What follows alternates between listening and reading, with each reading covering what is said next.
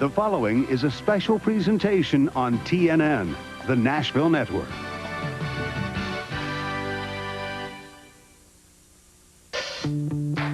Pressure. The Intimidator sure knows how to pour it on. Chasing a record 8th championship, he passed the field with ease at Bristol. Came from last to lead at Charlotte. Battling would-be titleist Jeff Gordon door to door. Gordon had glitches in his championship run, tearing out the drive line, leaving the pits at Charlotte, missing a shift and a sure victory at Pocono. Can the youngster overcome the pressure and take another step toward his first championship today? Rockingham's next.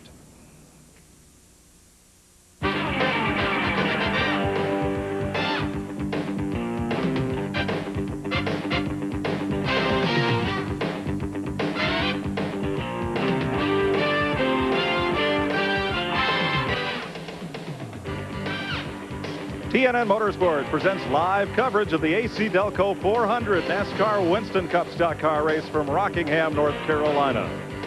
Well, the bolts are all torqued a little tighter with just 3 races to go in 1995. Drivers who need a win, drivers who need a sponsor or a ride, drivers who need to finish well in this championship. Hi, everybody. I'm Mike Joy. Where are the screws turned tightest this morning? Let's start with the man who leads the Winston Cup point standings, and Randy Pemberton. Well, actually, Mike, it's Glenn Jarrett, and I'm standing beside Jeff DuPont. Jeff, Ray Evernham and the entire DuPont team know exactly what they have to do in today's race, but that doesn't make things any easier. Evernham told me just a while ago, man, I wish this thing were over. Jeff, tough day ahead of you. What's the game plan? Game plan is to go 393 laps. That's the toughest thing to do here at Rockingham. This place is slick, so, we're just going to try to keep our nose clean, but if we could be there at the end of this race, I think we can be in contention. Absolutely. He always runs well here. Best of luck to you, Jeff, from everybody at TNN. Now we're going to go back upstairs. Here's Mike Joy. Thanks, Glenn. Among the pre-race favorites must be Mark Martin, who goes for his 3rd straight win today. Don't forget, Mark won his first Winston Cup race right here at the Rock, October 1989. Dick Bergeron, the editor of Stock Car Racing Magazine, joins us. And Dick, with Friday being a washout, Saturday was topsy-turvy. Bizarre, at least, Mike, for sure. Gary Bradbury, who has never run a competitive lap here at Rockingham, managed to land a ride at the last possible minute, put his car in the field in 12th. Ernie Irvin, who was hoping to come back here and make a return to the big racetracks, didn't make the cut. But the biggest surprise is all is the pole. Hut Strickland, who never won a pole in his life, running for a lame duck team that's going to sell everything in just a few days. He's your pole sitter. In fact, the first 3 drivers in the field have never won a Winston Cup race, nor have 5 of the top 10. Let's meet the man all the pressure is on as he starts from the pole today for the first time. Here's Randy Pemberton. Mike, it took a lap of 155.379 miles per hour for Hut Strickland and his Quaker State Ford to put it on the pole. Hut, the question to you has to be, you're on the pole now and you're up front now, but can you keep it up here all afternoon? Well, I tell you, Randy, we certainly hope so. We've worked awful hard. Yesterday was able to have a couple of long runs, and seemed to really worked on our tire wear, and we've got that going pretty good. So, we don't know. We'll just have to wait and see, but we feel really good about it. Okay, good luck this afternoon, Hut. Well, Hut has an added incentive this afternoon, $60,800 from Unical if he can win this race from the pole. His best finish ever here at the Rock, 9th in 1992. Mike? Thanks, Randy. And I'm sorry, Glenn, you guys look a lot alike. My broadcast colleague, Buddy Baker, took a look earlier at what's new and what's changed here at Rockingham. Mike, it's a beautiful day here at Rockingham. Brand new press room, brand new garage area, brand new scoring stand at the far end down here, and a brand new format, dropping back from 500 miles to 400 miles. What you're going to see is not going to surprise you that much. You're going to see great racing, of course. But I've checked around. I read some books last night on who won the race here, and the guy leading at 400 miles won 20 times out of the past 30 races here. So all you're going to see is the driver getting along a little bit better. The endurance won't be such a factor, and racing, I think, will be at a little higher pitch. They have fired the engines to go 400 miles here at Rockingham today. Stay with us for TNN's live coverage.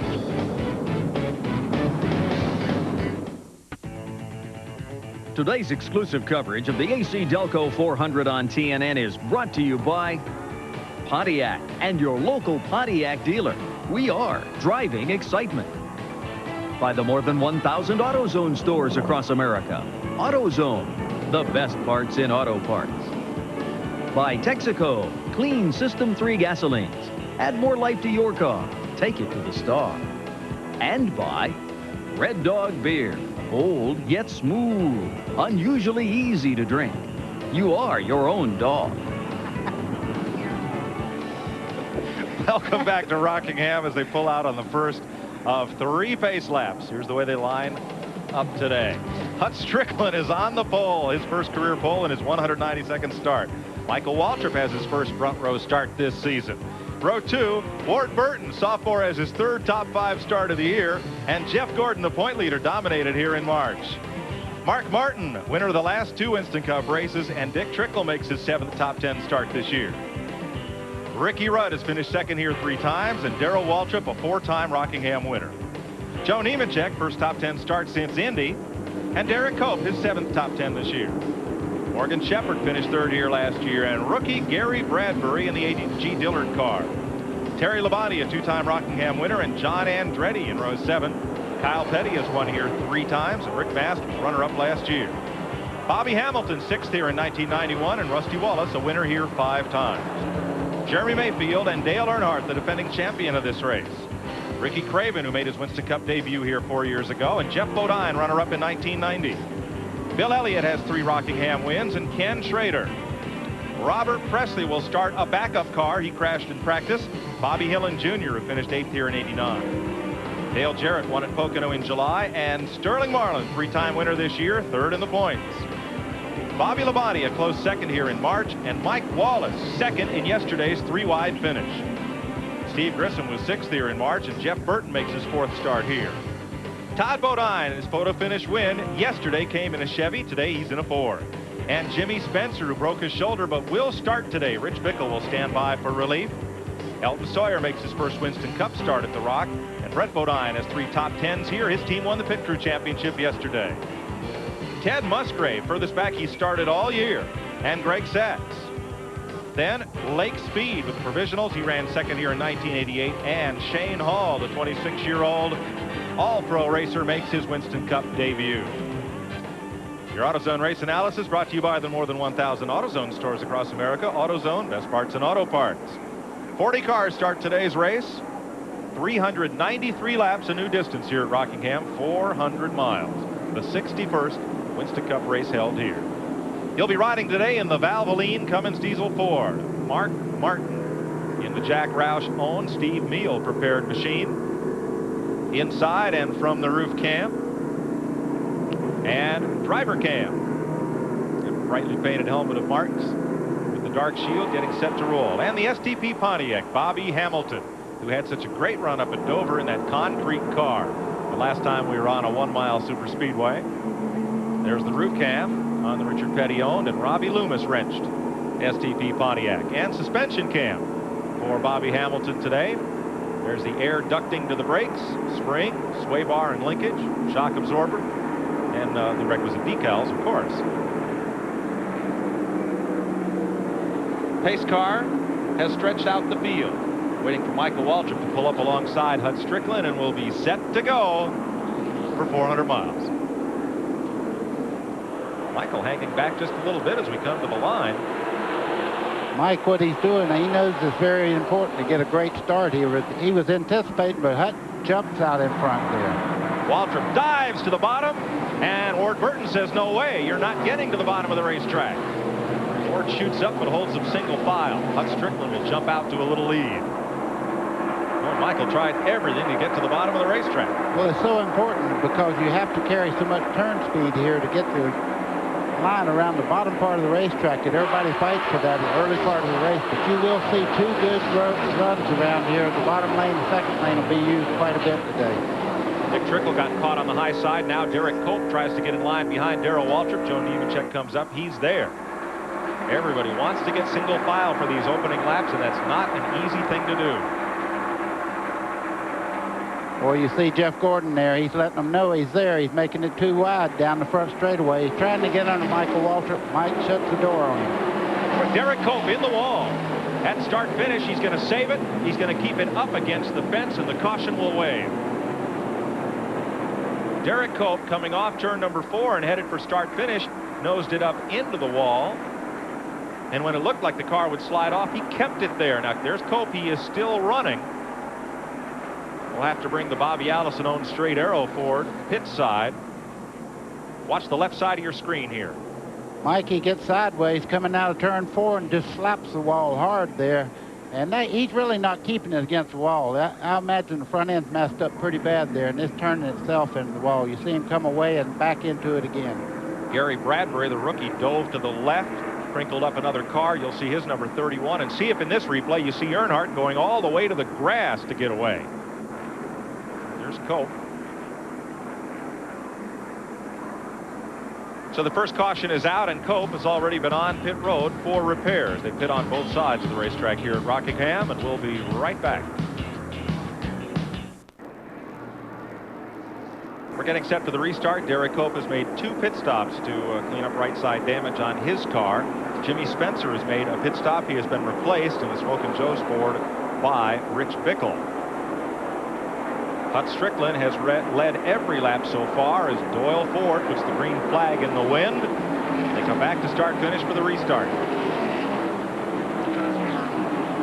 Single file back through the field.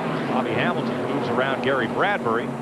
And Earnhardt's on the move. You see him underneath Rick Mast. I wonder what this is doing to the price of the 26 team. I wonder if the price is going up for every lap he leads. I would think this car would bring a good price at auction if the team ends up being split up at auction in November. Yeah, and that's the plan. They're going to auction it all off piece by piece.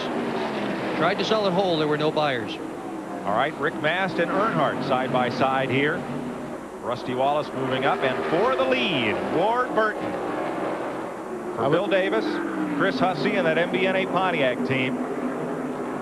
Boy, it looks like Ward Burton's able to stick a little bit lower in the corner coming out. He'll have to make his pass there. He can't quite get up beside Hut Strickland. Hut's car is extremely fast now. He turns under him right there. That should be for the pass right there. Boy, how many great young drivers have been with Bill Davis. Jeff Gordon, Bobby Labonte.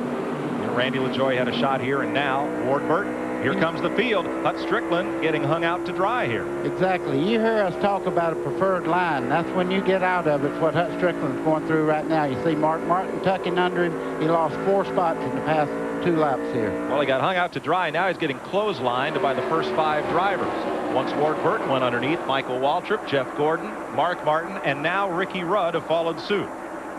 Here's Gordon looking under Michael Waltrip. Jeff Gordon called in a while ago and told him, he said, my car might be too good this early in the race because a real fast car normally is a little bit too loose as the tires get older. See how that plays out as the day goes on here. Ward Burton's taken off. He's got a 6-7 car length lead on Jeff Gordon. Here you see them ahead of 4th place Mark Martin. One thing, buddy, we spoke of yesterday, especially from Mark's shot, you saw in Michael Waltrip's car just how softly sprung these cars are here at Rockingham. A lot of suspension movement. You know, I bet if you went to the top 10 cars right now, you'd see them all sprung very, very soft. But really, the real trick right now is the way they fine-tune it with the shocks. That seems to be the whole thing anymore, the shock and how you make it work. Dick, so many of these teams as Mark Martin runs for 3rd place here, and he's going to get it down the front straightaway from Michael Waltrip. A number of these teams now have a new position this year, shock engineer. Yes, Rusty Wallace just hired a shock engineer, and I asked him the other day what was the big key to his success when he won 3 of them here just about back-to-back. He said shocks, shocks, shocks, and we hired the guy that was the shock engineer that figured all that out. He did a test at Phoenix, and we ought to be seeing him come through the field and show up front fairly soon if he's right. And Tom Hoke, who was with Bilstein Corporation, now works for Penske Racing South. Ricky Rudd pulls down on Hut Strickland, the pole sitter. Rudd looking to win a race for 13 consecutive seasons. He's got 3 shots left to do it. Mike, you see Jeff Gordon there moving in on Ward Burton. He is extremely fast right now. He pulled down 15 car lengths in the past 2 laps on Ward Burton. Burton led 1 race in the A.G. Dillard number 31, and since moving over to the Bill Davis car, he's now led 3. 7th at Charlotte, last race the Winston Cup cars ran. 33 years old, Ward Burton is part of the future of NASCAR Winston Cup stock car racing. There's some more of it right behind him. A lot of good young men here. Going to hear a lot from them in the time to come. Terry Labonte closing in on Dick Trickle. One of the good but not young men. Trickle at 53. One of the elder statesmen of the Winston Cup circuit. Young at heart, though. That's all that counts. Yeah, and still looking for a ride in 1996. Doesn't have anything nailed down yet. Terry Labonte on the bottom side. Joe Nemechek right behind him as Trickle gets a little bit loose there coming off the corner. Now, the latest rumor is that Morgan Shepherd might replace Trickle, and Shepherd is a youthful 54. Just a kid. Right. Well, they're both fine drivers, and sometimes you just have to make a change. If you're not getting the job done, not winning races, you'll change just, not that it's going to be a better deal, it just might work a little bit better. Wow, did you see that? Bobby Hamilton almost pizza John Andretti right there. But they get underneath Darrell Waltrip and Dick Trickle. Now, that black and orange car is Kyle Petty. They have that pumpkin paint scheme, and I think that's Elvira on the hood. Well, picture of. Great pumpkin, they call this car. And Dale Earnhardt right behind. Yeah, he's about to make some pumpkin pie. Yeah, he is flying. Oh, it is a pumpkin. Yesterday it looked like something. It was something different yesterday.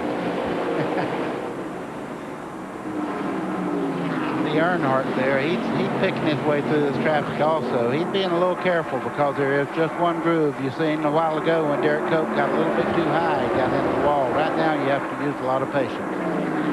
Earnhardt moves up to 12. Bradbury in the 31 is doing a great job. He's right behind Earnhardt, hanging in there. Now, he was only had 9 laps of practice before qualifying. That's all he'd ever seen on this track. As Kenny Strader got up and into Jeremy Mayfield just a little there. They work underneath Morgan Shepherd in the Citgo Ford that Michael Waltrip will drive next year. Now, Rusty pulls up on the outside behind Morgan, and he's got nowhere to go unless he's able to get to the bottom. Look at this pack of cars right here. I mean, these are good race cars. They didn't qualify that well. You just have one lap here, and if you mess up just a little bit, you were right in the back of the field. You see there, Bill Elliott, I see Rusty Wallace in that group. Bobby Hillens there, Todd Bodine in the 75.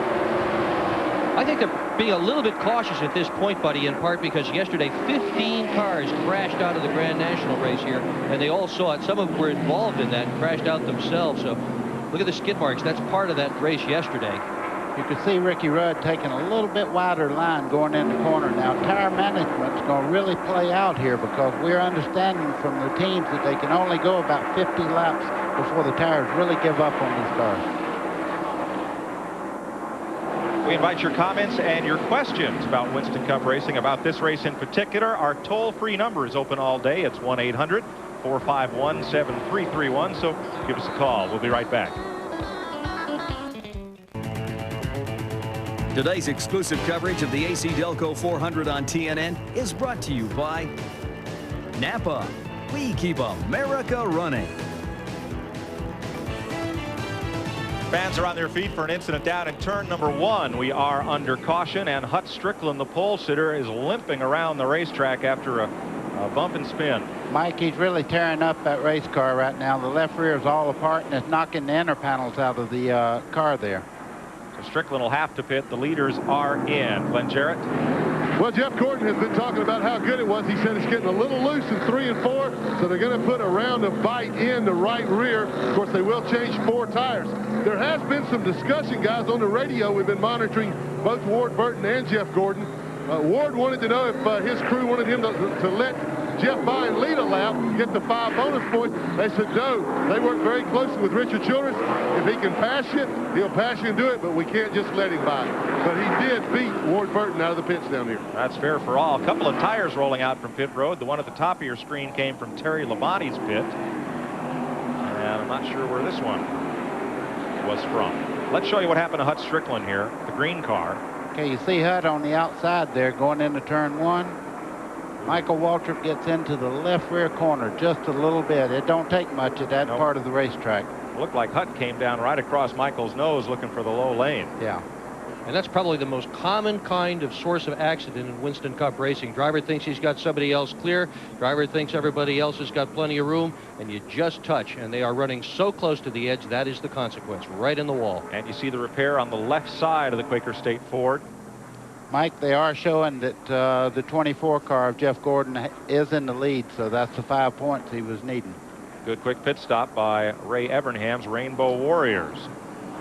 Strickland back out. Repairs continue on Derek Cope's car, and they're picking up debris along the front straightaway. We'll be right back. Welcome back to Rockingham. Today's AutoZone Tech Bag is brought to you by the more than 1,000 AutoZone stores across America. AutoZone, best parts in auto parts. Here's the technicality of the point championship right now. Jeff Gordon leads Earnhardt by 225 and needs to average at a 15th place finish in the last 3 events. That's all he needs to do, finish 15th or better in the last 3 races. For Earnhardt to catch Gordon, he needs to gain 69 points in every one of the last 3 events. And that is finishing more than a dozen positions ahead, or just about 10 to 12 positions ahead of Gordon, depending on where they finish. The first 7 spots drop back 5 points apiece, then it drops back 4 points apiece, and then 3 points apiece. Derek Cope's made a couple of stops, and Hut Strickland is coming back in. Glenn, what are they doing? Well, Mike, they're just really checking over things right now after that encounter with the wall. They didn't really find any serious damage. The left rear quarter panel is the most seriously damaged. It is bent back and under. It's flared out a little bit. They're removing the left rear tire right now. They're going to try to work on the panels. In fact, they may try to replace them with cardboard. You see the box right there. They're trying to tear a piece. That's to help keep exhaust fumes from getting inside the car. But other than that, they say the toe end's fine. It didn't bend the rear end. Really, they need for Hut to run the car at speed for a couple of laps to find out exactly what it's doing. But they don't think he's in too bad a shape. Randy? Well, Dale Earnhardt started 20th. He's currently 5th. Rusty Wallace started 18th, and he is deep in the pack. Before that caution, Rusty had lost a full straightaway to Earnhardt. It was so loose that he couldn't even drive it, so he needed that caution in a bad way. It was 4 tires around a wedge in, 2 pounds of air out of the right rear for Rusty. He is 31st on the grid. I mean, that car was junk when he started. Mike? Thanks, Randy. Steve from California calls in. How come so many people not normally up front started up front today? Well, 3 things. Only 1 hour of practice before qualifying since Friday was rained out. Second, as was pointed out, only 1 lap of qualifying. And third, it was very cool when qualifying started, and it quickly got warmer. The drivers who ran very early up in the order, and they draw for the order of qualifying, ended up near the top. Getting set for the restart, 29 laps complete. Jeff Gordon, Ward Burton, Mark Martin in 3rd, Dale Earnhardt 4th, Steve Grissom is 5th, Ricky Rudd 6th, Michael Waltrip 7th, Bobby Hamilton 8th, John Andretti 9th, Rick Mast fills out the top 10. Only 2 cars a lap down, Hut Strickland and Derek Cope. We're back under green. Single file restart. Well, we're going to see who has the muscle early in the race here, because Ward Burton is really knocking on the back door of Jeff Gordon down the back straightaway. They're going to overhaul Hut Strickland, who is 2 laps down. Dale Jarrett moving up from the back of the pack. Otherwise, we're pretty much single file for this restart. Burton came into this race today with a little bit of a guessing game. The car was a bit loose going into the corners yesterday, so they changed a bunch of things, including the gear. And he said this morning he really wasn't too sure how it was going to work. I'd say they caught it right. I'd say they did. Yeah. Kenny Schrader's moved up a notch, and so has Sterling Marlin. So they passed by Elton Sawyer. Mike, you see one of the greatest, as far as I'm concerned, here at Rockingham, running in 3rd place right now. We'll drop back in the field just a little bit, but I'm talking about Mark Martin. He's closing in on the leaders. Having a great run as we watch from Bobby Hamilton's car. Here's your Napa Field standing update. Napa, we keep America running. We show you how they're running.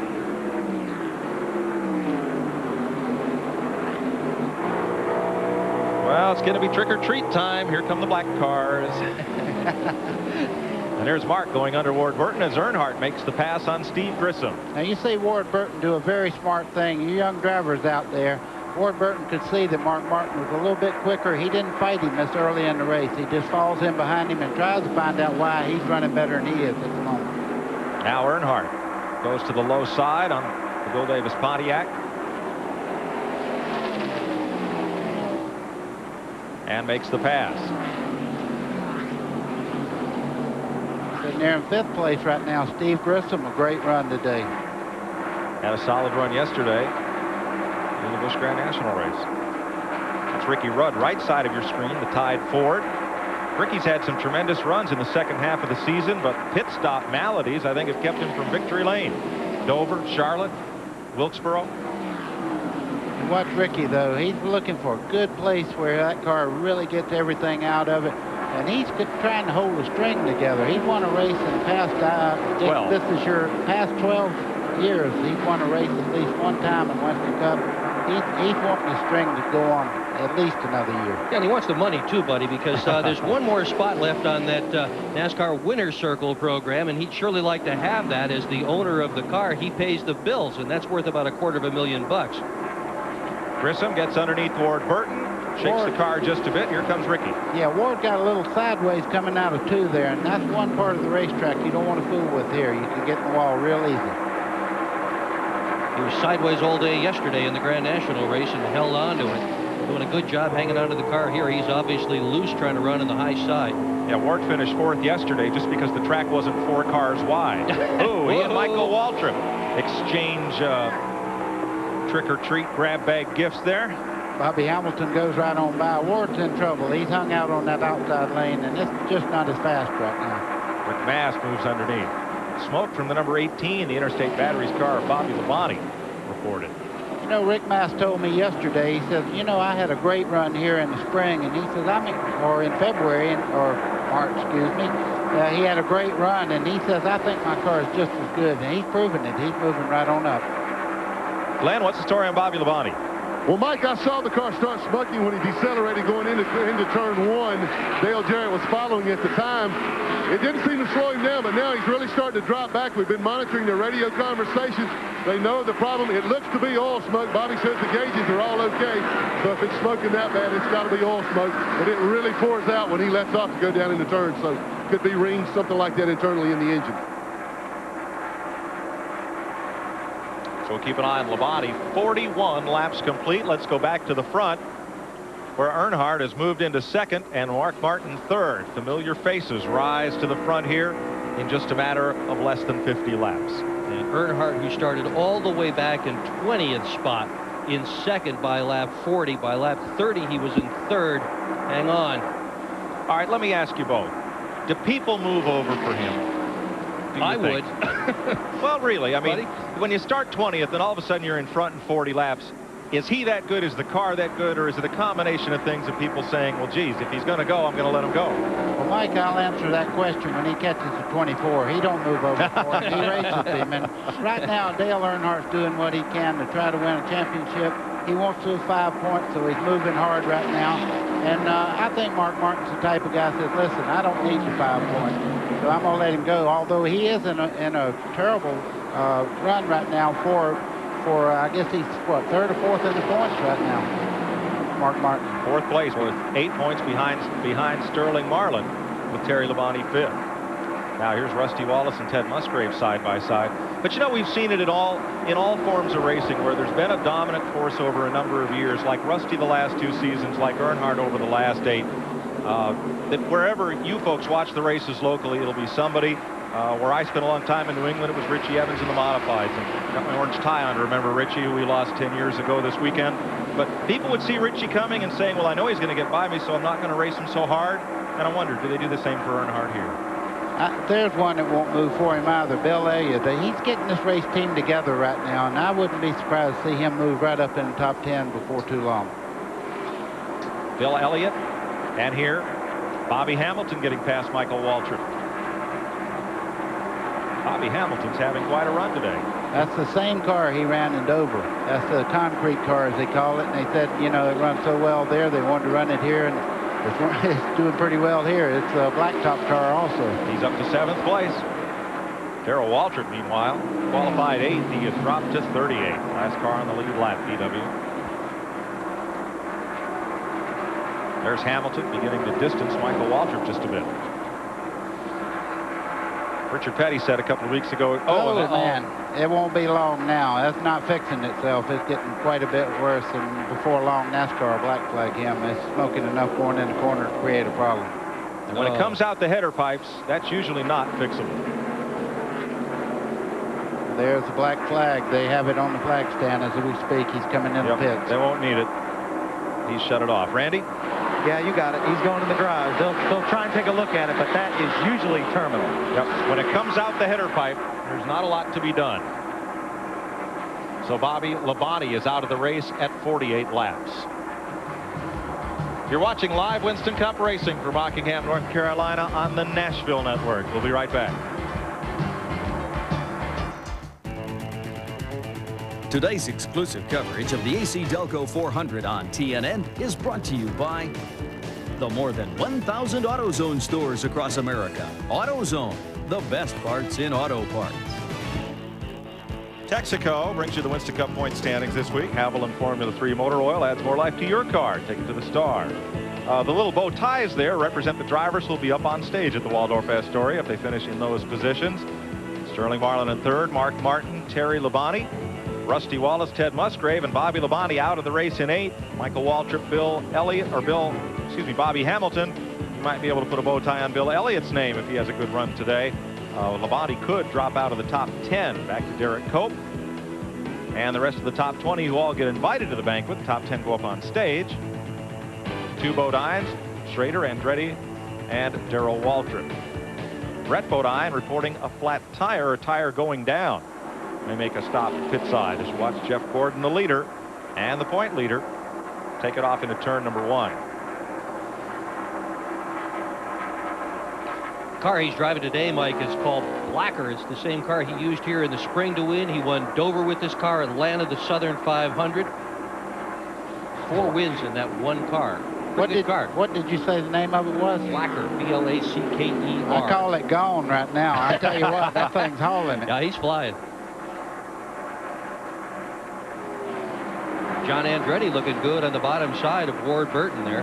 Yeah, Burton reported his car is tight, whereas most of the other drivers are reporting loose at this stage in the race. Mike, what that means is when he goes in the corner, the front end starts skating and you can't get back in the throttle, so you have to wait until it makes a set and then get on the throttle, and it just slows you down. You see him losing ground to Joe Nemechek there, right in the center part of the corner. He can't get back to the throttle. And here's Michael Waltrip. Glenn, what's he reporting? Well, Mike, he's reporting a real loose condition. Of course, he and Ward Burton have been having a heck of a race to stay in the top 10. Ward is reporting his car's real bad. It's real bad tight. So they're running right together on the racetrack. They're very close together. So one loose, one tight. I imagine if they switched positions, that Ward would say Michael's car was tight. Michael would say Ward's car's loose. He just, one's loose, one's tight, but they're still pretty fast. Still up in the top 10. And it's still pretty early in the race, too. We've got a lot of opportunity to adjust these cars at the pit stops that'll be upcoming. And each of these teams is well aware that there are only 3 races left of this season, including today. And Michael Waltrip's crew sure wants to put him on the stage at the Waldorf. His older brother not having such a great day. Darrell has been lapped by Jeff Gordon. Randy Pemberton's in the garage with Bobby Labonte. Well, he's certainly not thrilled to be here. Bobby, this could be a big points hit for you guys. Can you fix this thing? I doubt it, really. It blew up really big. It was blowing up from the first lap, it seemed like, so it just was going to be a matter of time, and it was a short day for the Interstate Battery Chevrolet, but, who knows? Anything could happen to anybody else. We'll just have to wait to the end of the day to see how bad it hurts us in points, but it will hurt us. I know you know how to get around here. You finished second. Who looked good out there early on to you? I was too far back. I didn't know yet, but there's a few of them that are going to be good, and it's pretty sporadic right now. The racetrack's still wore out, so everybody's going to be chasing it all day. Debbie from New York called our 800 number, asked if teams can change engine during a race, how long it would take. I think when Darrell Waltrip was with the Gatorade team, they changed an engine in under 12 minutes. Might have been closer to 10, but because of the danger from hot parts and fluids, engine changes are no longer allowed. You lose your engine, you're going home. Speaking of Darrell Waltrip, you could see his problem coming out of the corner there. The car was fishtailing coming off turn 2 there, so he has a loose condition on his car now.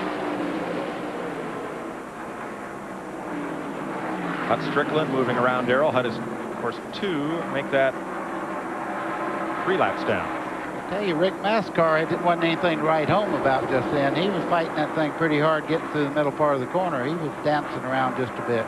Buddy, is this place worse than most other racetracks to try to fight a loose car with? Well, the thing here is you have to be under control so much. Mike was down here in a driving school one time, and coming off turn 2 over there, if you relax 1 second, you're in the wall. So you really have to be precise coming out of the corner. Your line has to be direct, and you really have to be careful. I couldn't relax. His dad Buck was up on the flag stand. He kept shaking that black flag at me. I'm looking up going, what does that mean? Oh, Todd Bodine got a little squirrely, went upstairs a bit. He crashed one trying to practice. The 9 car, Lake Speed, spun out in front of him. Todd had no choice. He slowed down just a tad. Ernie Irvin was right behind him, nailed him, and they wrecked that one. Terry Labonte moves underneath Ward Burton, and Labonte will move up into the top 10. You see Schrader coming up there, too. They said they were looking for a great run today. The car was fast in practice yesterday. The traffic leaders in. Kyle Petty just ahead in the Great Pumpkin. Coors Light number 42. He leaves tomorrow morning at 7 a.m. for a trip to Phoenix, Arizona on the back of a Harley Davidson. A whole bunch of them going to go. Wish I was going. The way he's running right now, that's going to be an extremely long trip, because when you run 400 laps here and have problems with your car all day, he's coming in the pits as we speak. He must be having some more trouble. So Kyle, once going a lap down, now decides to make this pit stop. And he'll get at least right side tires. Now Kenny Schrader moves underneath Ward Burton and puts the Budweiser Chevrolet up into the top 10. He's looking for his first win since 1991. You know, that's very deceiving. When you talk about Kenny Schrader not winning a race in the past 4 or 5 years, let me tell you, that car has been in contention to win many, many times. And he's a great race car driver. It's just a matter of time. Everything's going to come together for him. A lot of his problem has been DNS. He blew a motor at Talladega, crashed Atlanta, crashed Rockingham, lost an engine at Watkins Glen, got tipped over at Talladega, and on this year goes. And Ken Howes yesterday said, I just want this year to end. I just want it over. It's the year of the dog, the Chinese year of the dog. He said it sure is. Well, thumb up, Kenny. He's a much better driver than his record this season indicates. Here's a guy who's had a great record this season, the number 41, Ricky Craven. What a year he's had for his first year at Winston Cup. And that's Morgan Shepherd in the 21 car bypassing him right now. He's in search of a ride for next year, so I imagine he's doing everything he can today to draw a little attention, because he's a fine race car driver. Even though he's 54, let me tell you, he's still got some good years left. That battle is at 13th place. Shepherd finished 3rd in this race a year ago, and Dale Jarrett moving in. Jarrett qualified back in 27th. His Texaco teammate Ernie Irvin did not make the field. Remember, only 1 lap of qualifying after just 1 hour of practice.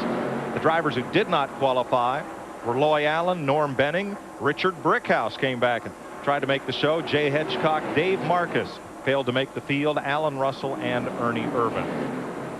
71 laps are complete. Give us a call here at our TNN telecast if you have questions about today's race. Toll free, it's 1-800-451-7331. We'll be right back. 2 cars just scraped the wall in turns 1 and 2 in separate incidents. First, John Andretti climbed the hill. Now, Mike, he did something very smart right here. You see the angle he keeps that car? He keeps control there. He does not try to jerk it away from the wall. If he had, he'd have spun the car. Shortly thereafter, Brett Bodine got up and just nudged the wall at the same place. Oh, hit it again. Andretti has dropped from 10th to 15th in the last couple of laps. And that's why it's not handling at the moment. I don't know whether it's real loose or what, but he's having to use up a lot of racetrack. Jeff Gordon trying to lap Dick Trickle in the Ford Quality Care Thunderbird of Bud Moore. Looking low, Trickle trying to stay on the lead lap. Trickle's not the easiest guy to put a lap down, by the way. You see Todd Bodine diving under Jeff Gordon there. Yeah, Todd wants back on the lead lap. I can't tell you what it feels like at this racetrack when the tires start giving up. Boy, that whole car, you just go, what has happened?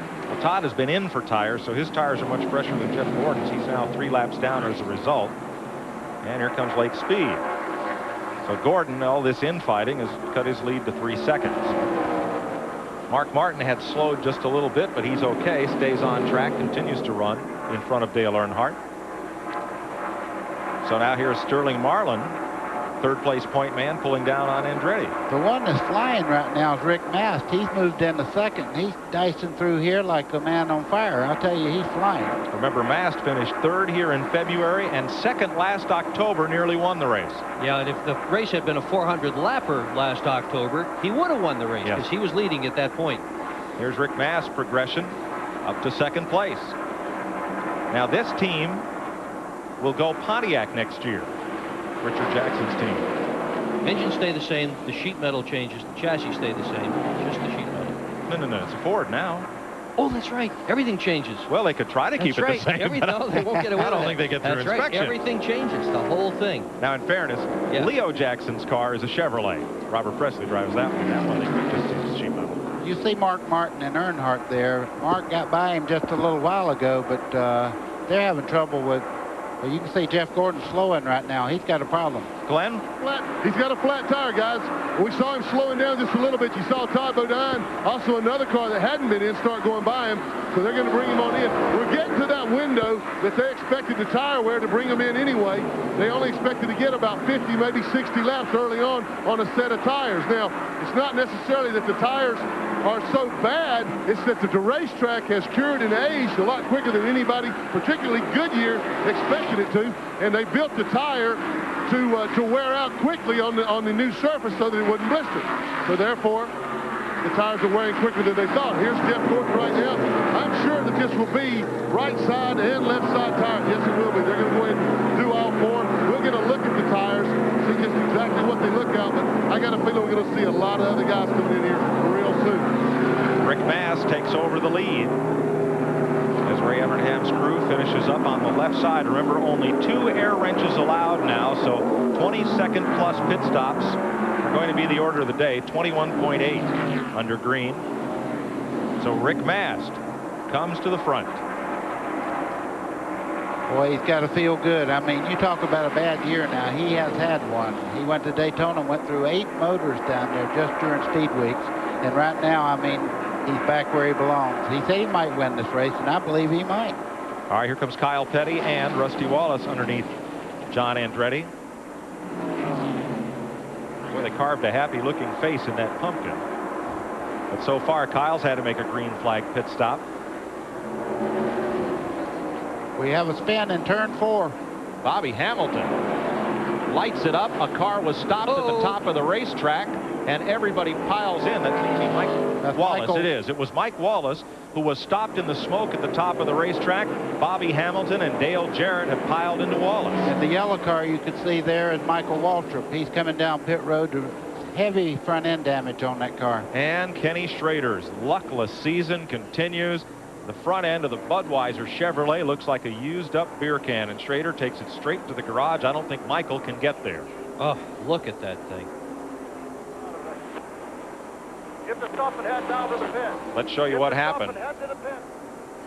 Hamilton had just moved into 4th. There's the sliding car sideways. He's right by himself, so I don't think there was any contact. But now the racetrack, you can't see when you're coming through the smoke here. You can't see Mike Wallace up in that smoke at all. Here comes Michael Waltrip, and he T-bone drives right into the back of Mike Wallace, who had stopped. Jarrett gets into him, and Schrader got into the back of Michael Waltrip. Just a chain reaction. I never saw who Kenny Schrader hit, but look at the nose of his car. He's all bashed in. Schrader hit the back of Michael Waltrip after Waltrip ran into a stopped Mike Wallace. And Terry Labonte got through the whole thing. Got through it all. Mike, pit road's closed right now. The cars that are coming in were involved in the accident. They're going to lose more than a lap anyhow. But you see Dale Jarrett going down through there. He has heavy damage on the front also. Another fellow who's had a star-crossed season. Now, Mike Wallace's car had stopped at the top of the racetrack, and he got whammed by Michael Waltrip, who then got run into by Ken Schrader. And in all of this, Jeff Gordon, who had made a pit stop under green, will go a lap down. You see Michael Waltrip walking away, taking off the helmet. He is okay, but he got it both ends. Man, that's good to see, because that's a lot of damage. When you hit that hard on the nose like that, a lot of times you'll injure your legs. I'm glad to see him walking away from that one. So Gordon, there is a lap down. Bobby Hamilton staying aboard as they try to make repairs on the STP Pontiac.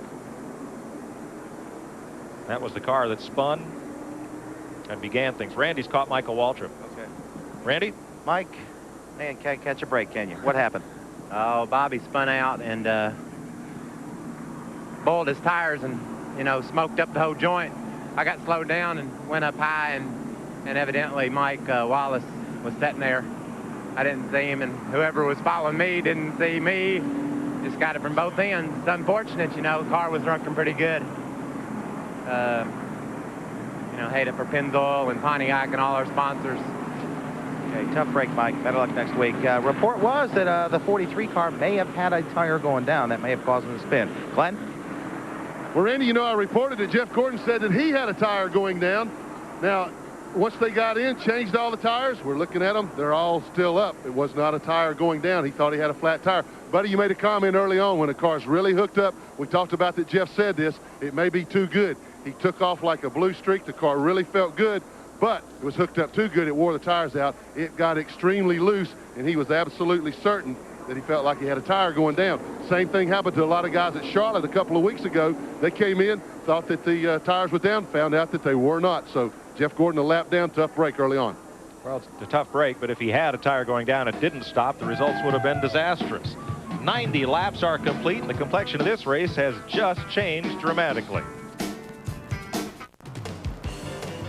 Welcome back to Rockingham, where pit stops under caution are the order of the day, and well, we're down to 2 air wrenches in each pit, but still we have tires occasionally rolling across. A couple of good stops there along pit road. Rick Mast came in first, got back out, as we are under caution for quite a crash here up in turns 3 and 4 when Bobby Hamilton got sideways and, as Mike Waltrip pointed out, smoked up the joint.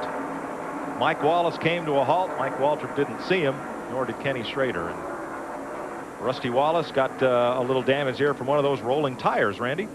Well, no doubt about it. This is what these guys are talking about. Rolling tires. I saw several on pit road this time. Rusty popped one, sent it across the wall. The emergency crew just picked it up in the infield.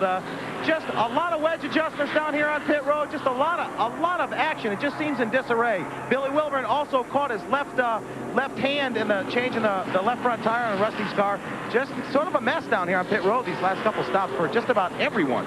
What's he signaling, buddy? Rusty's got a tire rubbing there on the right front. He's going to have to come in and pull that away. It's rubbing the right front pretty bad. What does a wheel and tire weigh? Man, I tell you what, it takes a pretty good man to lift it. I can tell you that. I don't know exact poundage. I imagine Glenn would know. But enough to dent a fender, that's for sure, and put it in against a tire. That's what happened to Rusty here. This crew has been the most vocal about the change in pit road rules. They really don't like the 2-gun rule. They'd like to go back to the way it was. You see, Rusty's quit smoking now. I think what might have happened is it just rubbing on that outer part of the tire, and it's rubbed it down now. It don't seem, oh, he's coming in, not just to be careful. Right, why take a chance here? What a season Wallace has had. 2 wins this year. He's had 10 or more the last 2 seasons. Randy's there. You can see Robin Pemberton pulling the right front fender out where Rusty popped that tire and sent it over. Rusty's one of those guys in particular that has not appreciated this pit road rule change, and they've struggled with it. One of the fastest sprint crews in the business for the last couple of years just hasn't been able to get it done, and that was proven. I guess the tire didn't make a difference. They hit someone else's tire and sent it across pit road. So they're pulling the fender out. Rusty was back up to about 12th after really struggling early, but now he's going to start at the back of the pack again. Right, Randy. He'll come out 23rd. He'll be the last car on the lead lap. Cindy called in from Canada. How are Rusty, Kenny, and Mike Wallace related? They are all brothers. We'll be right back to Rockingham, where 93 laps are complete. You're watching from Elmo Cam on the Pontiac pace car here at Rockingham, and Jeff Gordon is right behind the pace car. He is not the leader. There's 1 to go, so first let's go to his pit. Well, Mike, right now, Ray Evernham is talking to Jeff on the radio, alerting him that there will be 1 lap to go. Ray, he thought he had a tire coming or going down. He came in, but not so. What was the problem? Don't really know. You know, he might have got messing around with some of them cars there and got up in the loose stuff. Whatever it was, you know, he bounced spun out and called and just can't take a chance. Thought he had a flat. You know, unfortunately it wasn't. So we got 300 laps. We got to try and stay in here and try and bring everything home if we can. Car was awfully fast. Was he running too fast for you at this point in the race? Well, he's running as comfortable as he wants. You know, I don't think that was it. I really think he picked up something on the tires.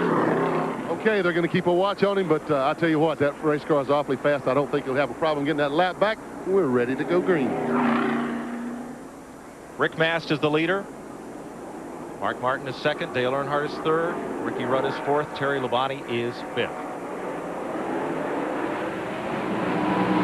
Royal Ford with the green flag. Mike, Jeff Gordon's got to go right now. He's on the tail end of the lead lap, and right behind him, everybody has fresh tires. He has to really get after it right now or go a lap down. So is Steve Grissom, buddy. Yep, or a caution flag. Either way. But those are the only two choices he has. Also Darrell Waltrip. Darrell just got by Jeff Gordon. There goes Jeff, losing some positions on the racetrack right now. I think he didn't change tires on that last stop, so he's on a little bit more used tires than the rest of them. No, buddy, that's how he got to the tail end of the lead lap. Now, all the cars under caution pulled up behind the safety car. Then they all pitted. Gordon did not, so he ended up right behind the safety car on the tail end of the lead lap. He is now, again, gone one lap down. And right behind him come Mark Martin, who you're riding with, and Earnhardt. But Gordon's tires are only 7 laps staler than the rest of them, so that shouldn't really matter. Only 7 laps. Let me tell you, you can get the good out of these things a lot of times in 3 laps if you really lean on them. So he's got his work cut out for him right now. Rick Mast riding behind 2 cars on the tail end of the lead lap as you watch Terry Labonte and Todd Bodine go at it. Bodine is not on the lead lap. He made a green flag pit stop earlier. And Elton Sawyer and the Hooters Ford have been overlapped. So that's Labonte in 5th, and right behind him Sterling Marlin in the Kodak car 6th. I was just fixing to say, Sterling Marlin sitting in 3rd place in the point standings right now. Run great all year long, and he's kind of a forgotten man as far as talking about him a whole lot, but he runs very well. Oh, Steve Grissom got into Darrell Waltrip as they tried to keep Rick Mast behind them, and now they have gone a lap down, both of them. And Grissom falls in line behind Darrell, who can't get to the bottom because Ricky Rudd is moving up. And that's Ricky's spotter telling, or rather Darrell's spotter telling him that Ricky Rudd is inside. They don't talk about drivers, they talk about car numbers. The spotters and the, gosh, I want to say Andy Hillenberg. Brad Knopfsinger is the spotter for Darrell, the voice you're hearing in the background. Well, they kind of have to do car numbers. What are they going to do? Say Wallace is on the inside? Which one? Yeah, right. Wow, that was a wreck. It just didn't hit anything. Grissom got in there really hard and got into DW, and they went up the racetrack. I think right here they discussed how much friendship they had to each other. But they went on about their business. They're both pros. There's Grissom now battling Robert Presley. As Terry Labonte in 5th place has moved past, and Sterling Marlin looks for some room. Keep seeing Todd Bodine in that number 75 car. He is very much a beleaguered driver at the moment. His crew wants him to bring that car home in one piece. Both car owner and crew chief are very concerned about the number of crashes they've had, the number of cars they've had to fix.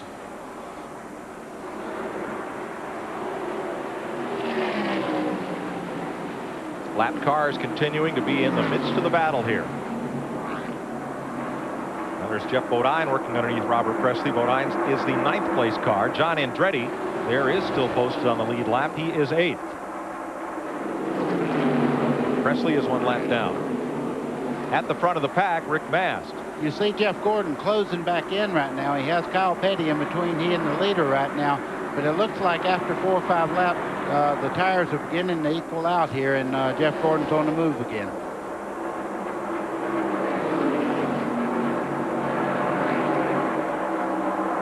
.106 laps down. This race used to be 492 laps. This is the first year at the new distance. Oh, there's a traffic jam for you. Brett Bodine in the number 11 car on the outside. His crew won the Pit Crew Championship this year. Did it yesterday. Won 10 grand from Unical. The sponsor matched the 10 grand. They said that's what we need. Something good to happen. A second ago we saw Shane Hall in the Kendall Pontiac at Dick Brooks. We haven't seen him today, and that's probably a good thing for a driver starting his first Winston Cup race, that he doesn't get a lot of TV time doing the wrong thing. So he's an all-pro racer out of Simpsonville, South Carolina, and has had a stab or 2 at the Busch Series, and Dick Brooks had enough confidence to throw him in his Winston Cup car. They got in on a provisional, but he's giving a good account of himself. Hope you give us a call with your questions here at 800-451-7331. This is a free call. We'll be right back.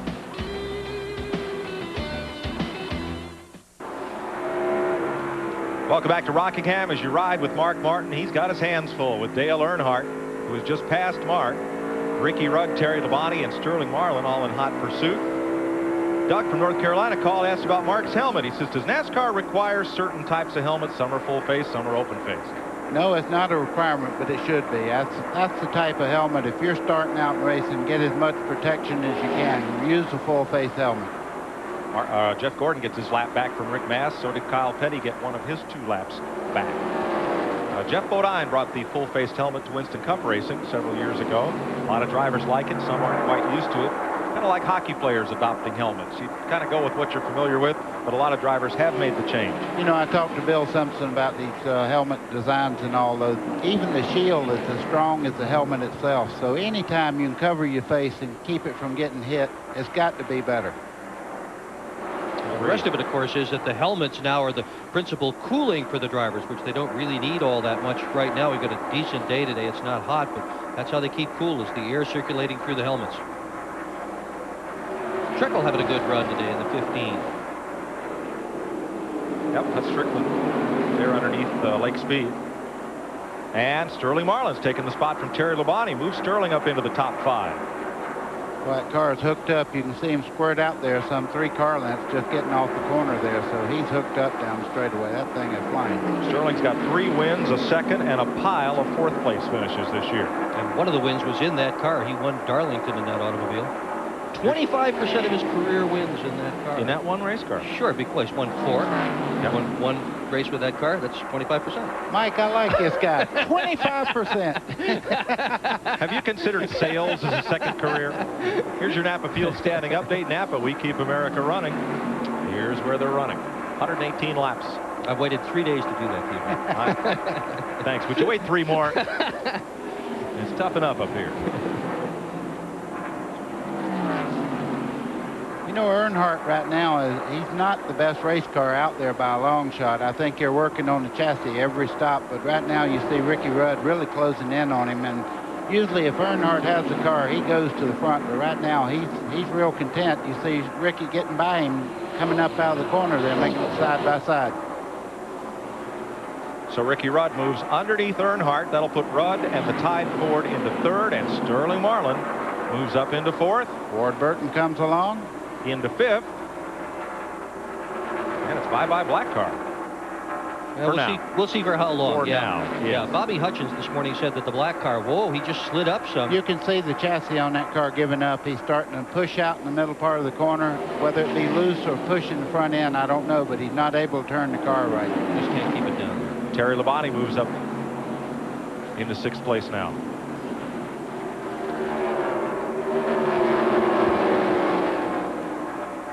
Well, Gordon is back on the lead lap, should the caution come out. Mike, all he's got to do right now is wait on a caution, not be too aggressive and use his tires up, because if he tries to unlap himself on the green, he's going to have a hard time getting back up there to try to take the lead. So wait on the caution, move you all the way back around and put you back into contention. Ward Burton just picking up a spot there. We have a lot of 800 calls about the point system. We don't have time to explain it all. But basically, it's 175 points to win, and it drops down 5 points per position for the next 6 spots. So 170 for 2nd, 165 for 3rd, as you watch Rusty Wallace move underneath Ricky Craven. There are 2 kinds of bonus points. Every driver who leads the race gets 5 bonus points, and the one driver who leads the most laps gets another 5 bonus points. So the most you could get today is 185. Watching Rusty Wallace there, his car seems to be working quite well after they pull the fender out. He knocked the right front and back in on the tire a while ago, but now it seems to be running quite well. Rusty restarted 21st. He's up to 13th. John Andretti, the Kmart Little Caesars car, the Michael Krenopus Carl Haas machine, underneath Dale Earnhardt, picks up a spot. 7th place. Not a happy camper right there in the 3 car. You see him up 1 full lane higher and he wants to run. Nothing you can do when the chassis gives up on you. Todd Bodine 2 laps down in the factory stores Ford of Butch Mock. Whoa! Oh.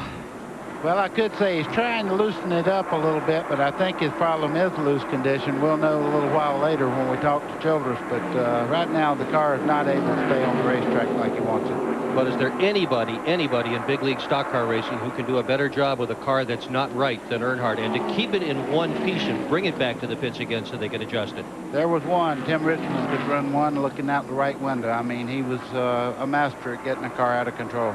Well, let's go to Earnhardt's pit. Glenn, what's the problem? Well, Mike, they're discussing what the problem is. They made an adjustment last time, and Earnhardt and crew chief Andy Petrie talking back and forth. Andy said, well, maybe we went the wrong way. Dale says he just can't drive the car any faster than what he's doing right now. And when the car's off a little bit, it wears those tires out quicker. We got a real hot, sunny day here. That's got to add to the tire wear problems a little bit, too. They're going to wear out a little quicker because they build up and hold heat a little quicker. But they're discussing exactly what to do with it. You can bet they're going to make some changes when they come back in next time. Right now, they're scratching their heads a little bit, though. Next year, Andy Petrie will leave that team, and owner Richard Childress has announced that David Smith will run the team on race weekends. Bobby Hutchins will run the shop, and they will not name a crew chief as such, but that's how they'll divide those responsibilities. 127 laps complete. Rick Mast continues to lead.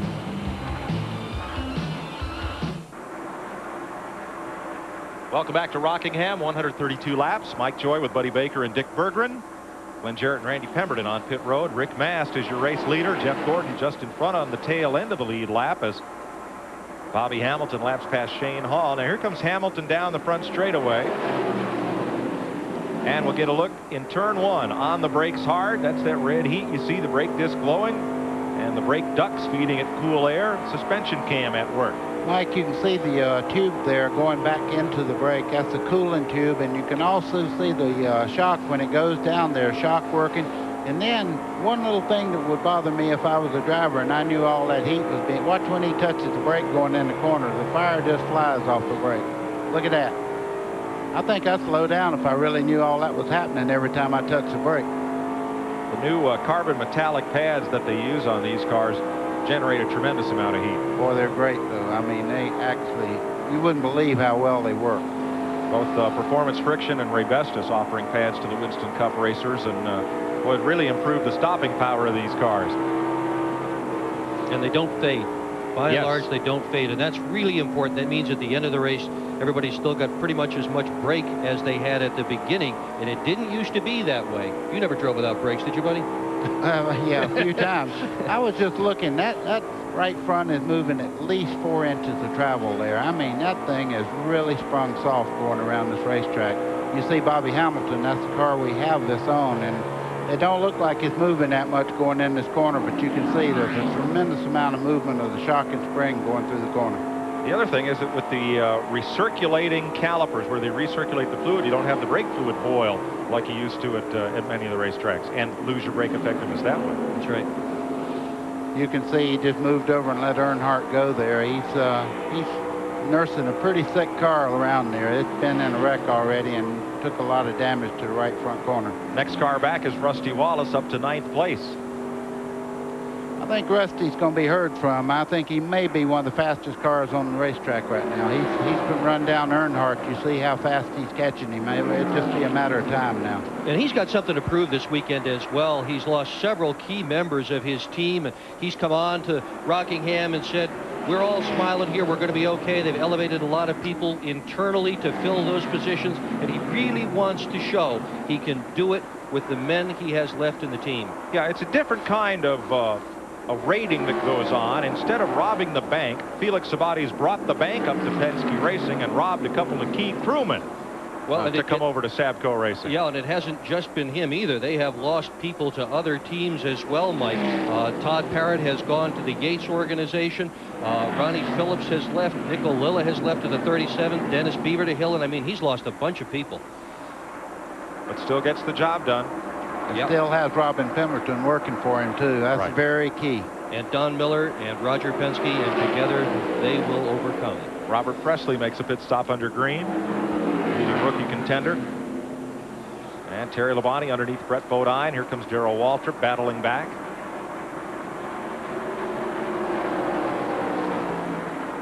And at the front, Rick Mast. I believe Rick Mast right now is a little quicker than Jeff Gordon. Jeff's trying to stay in the lead lap, but boy, he's going to have to really drive a smooth corner right now because you can see Rick is closed in on him.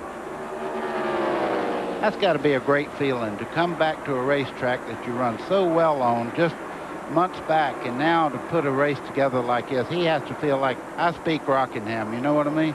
And as the graphic shows, Rick Mast, without a top 5 finish this year, 2 8th place runs at Indianapolis and in the spring at North Wilkesboro, his best, but he knows that car will run here. Now see Rick Mast in the Skoal Ford. Let's look back and find the 2nd place car of Mark Martin. And you see that Mast has a sizable advantage, and Mark Martin's all by himself in 2nd. I think Mark right now is kind of controlling his tire wear and everything, and he's not abusing his car at all. He is 4.5 seconds back, and it's about another 3 seconds back to Ward Burton, Sterling Marlin, and Ricky Rudd. We'll be right back with you live on the Nashville Network. Bad moment for the Petties. You're riding with Bobby Hamilton in Richard Petty's car. He has just cracked the wall up between turns 3 and 4. And just ahead of him, Kyle Petty is on pit road. Here's Randy. Well, the 43 team certainly have had their problems today. The car cannot be handling aerodynamically as screwed up as that body is. There's no way this thing could be pushed down to the racing surface. And Kyle Petty down and away. His tires gave up after driving it real hard, trying to stay back on the lead lap. 43 still in the pits, trying to fix some of the sheet metal damage. They're on the left side now, trying to change 4. Not going to be a good day for Bobby Hamilton. Yeah, and Randy, the front valence is broken on Bobby Hamilton's car. They're going to have to pop rivet and tape that back together to get him back out. This could be a long stop. Tough break. I'll tell you what, he's lucky to have anything to work on as hard as he hit in 3 over there. He went straight up and hit on the right front corner. I would imagine it had to hurt the suspension on that car quite a bit. Well, it's not funny, but that's their concrete car, and already twice today. No, you didn't say that. Well, it's in the concrete. All right. Kenny Schrader is coming back on the speedway with a lot of damage to the Budweiser Chevy, but he is coming back out. Schrader comes into this race 17th in the point standings. Dale Jarrett comes on the pit road. As they said, all these guys are hollering right now. They need a pit stop pretty quick. And still, Rick Mast runs right in the tire tracks of Jeff Gordon. And I don't think Jeff can get away from him. I mean, I think that's what you see is what you get right now. Both those cars are very evenly matched.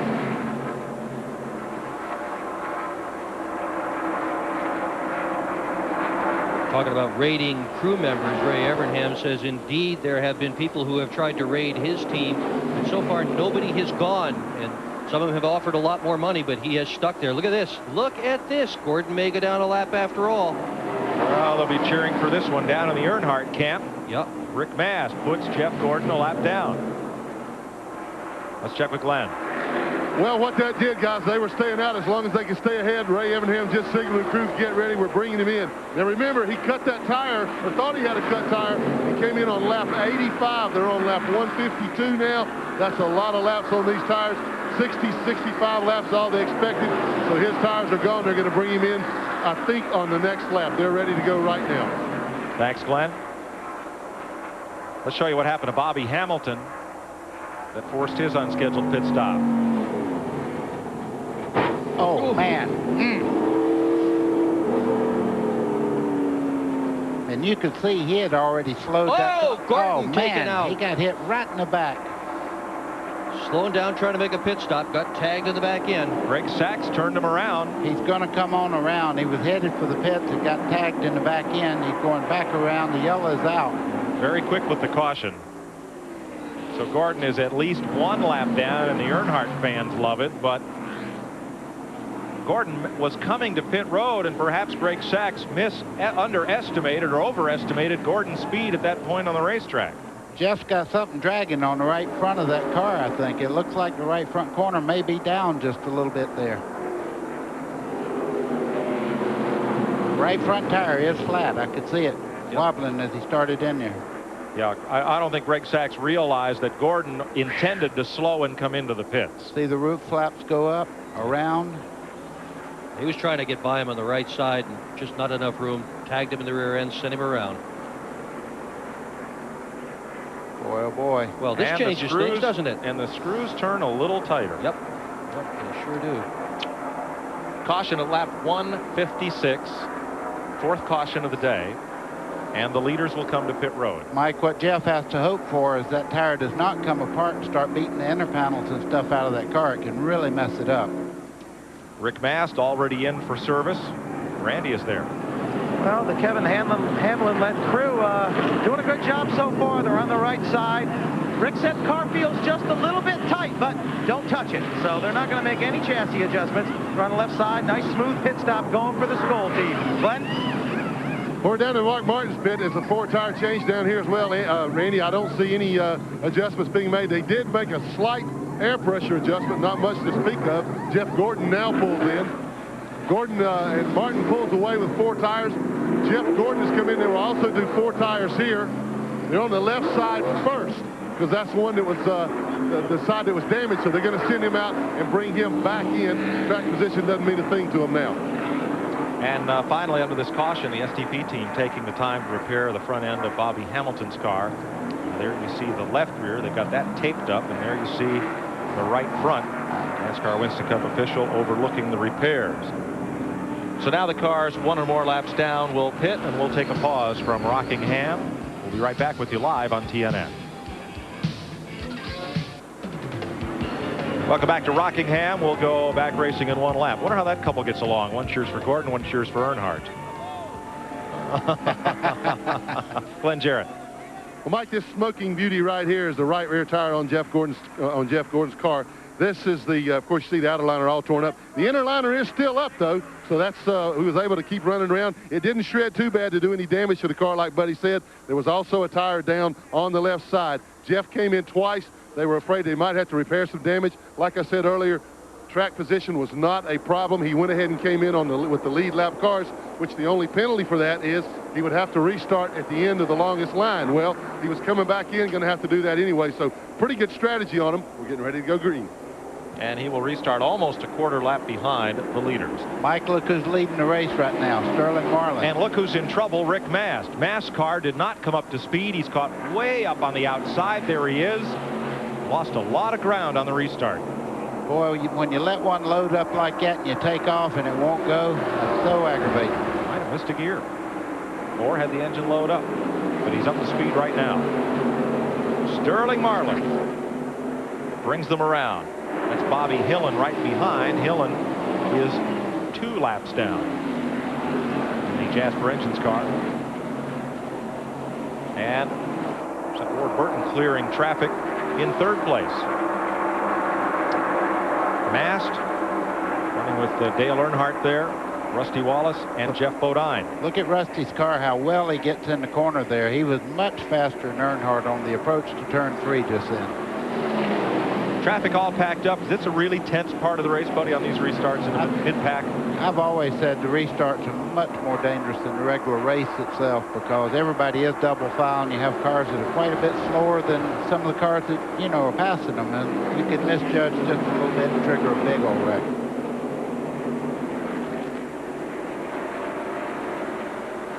See Rusty Wallace there in the 2 car. Want to be sure and be with us next week for the Phoenix race. He says he's got an absolutely killer setup for Phoenix. The report from Rick Mast's team, he did miss a shift on the restart. Car didn't grab 4th gear, and you lose a little bit of momentum here, and it can cost you a lot. Just ask Mike Wallace or Johnny Benson from yesterday's Busch race. Well, when you miss the shift, a lot of things happen. That can create a problem, just as Jeff Gordon in Pocono. You know, he missed the shift right near the end of the race there and had valve trouble later on in the race. So, Lake Speed into Shane Hall. Easy, Shane. They sorted out. Lake came up into the 40 car, and now Gary Bradbury right there in the midst of 2 drivers there starting their first Winston Cup race at Rockingham. You can see who had to go through that. That's Jeff Gordon right in the middle of that thing. He went to the bottom part of the racetrack and was able to avoid that accident. Just what you said about restarts. Tense time. And we've had 3 of them today. Gary Bradbury in that 31 just keeps soldiering on, and what a good race he's having today.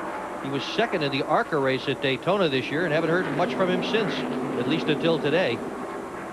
Oh, I bet he's got a lot of resumes ready for the car owners in the Winston Cup garage. He'd like to be here next year. Yep. At the end of this line is Brett Bodine. I talked to him last night a little bit, and he says that he's made an offer to buy this team from Junior. But if Junior decides not to sell, he'll drive for Junior again in this car next year. There's the Lowe's Ford. Second and third. Excuse me, that's Rusty's got by there. 8th and 9th. Car 2 and car 3. Well, that's the one thing about Rusty. He was so off a while ago. We made a report that he had dropped way back in the 31st spot. Now he's moving up. You see the car is able to stay right on the bottom of the racetrack, and he's coming through. All right, here's second and third. Ward Burton. Mark Martin underneath. Makes the pass at turn 2. You got to admire Ward Burton. He's, I think he's cut from the Bobby Labonte mode. I'm going to race you when I can race you, and when I'm not, you go do your thing, and we'll get better and come back to you. And that's kind of what Ward Burton did right there. Now here's Rick Mast battling back against Terry Labonte for 4th place. Boy, that car is so good. Look at him go in the corner. He pulled 2 car lengths on a very good race car, Terry Labonte, before they even come off the corner there. He's two cars ahead. Rick Mast nearly won this race last year, finished second. On the point, Sterling Marlin in the Tim Morgan and McClure brothers zone. Tony Glover wrenched and Rut Pittman powered Kodak Chevrolet.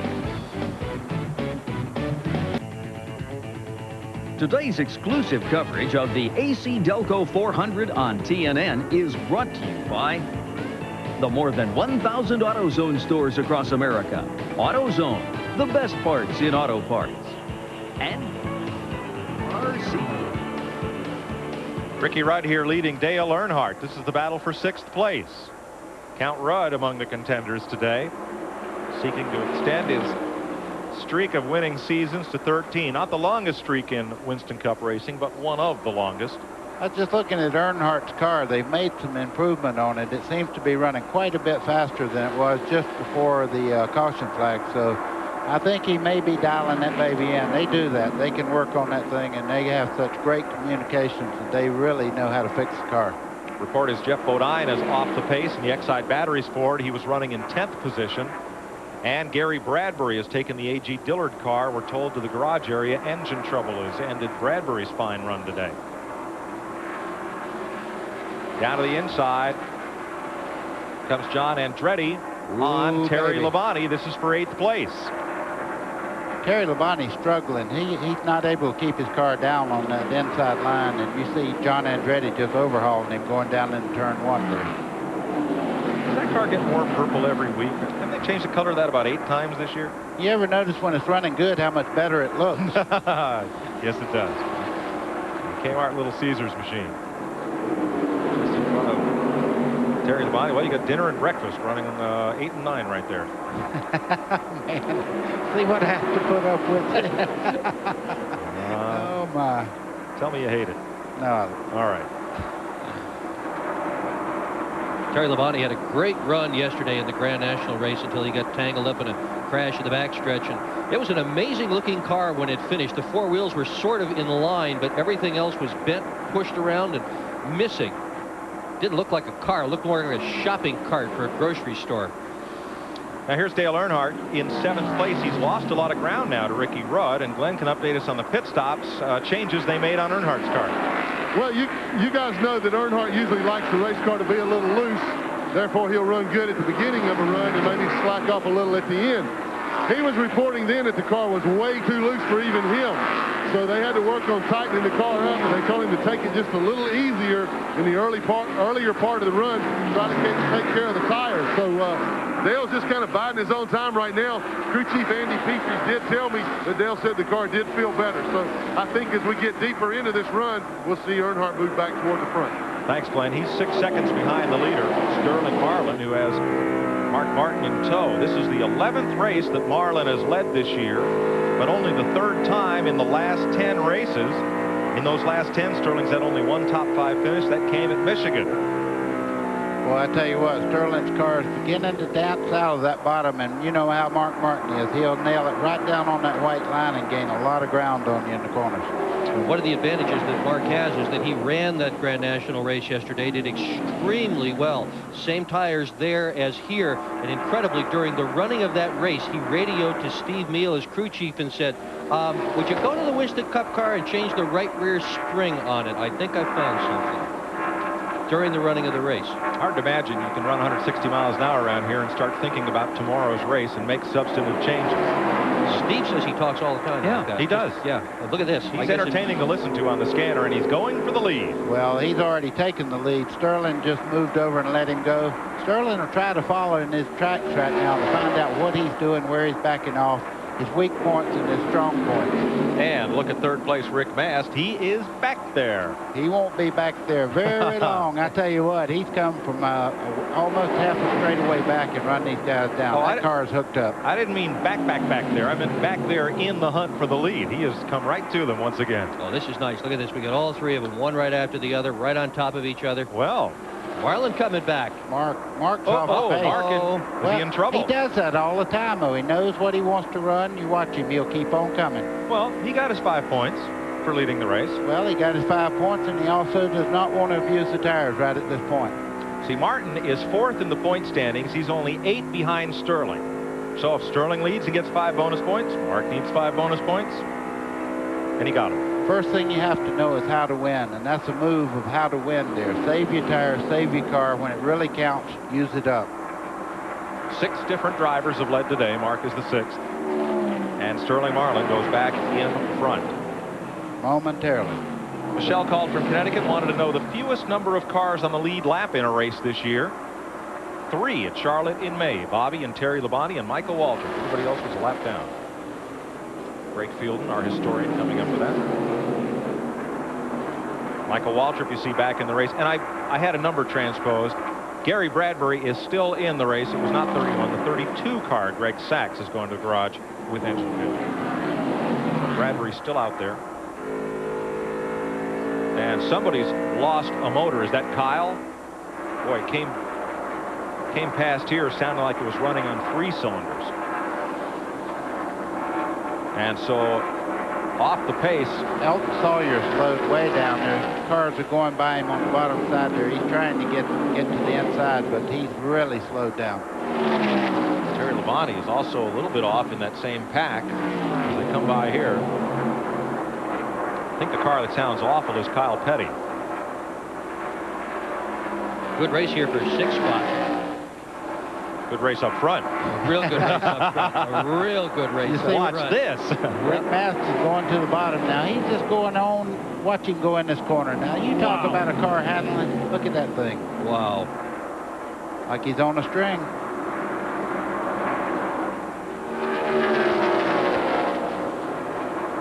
I wonder if he's let himself think that today could be the day that he wins his first ever Winston Cup race. Well, he sure thought that here a year ago. Yeah.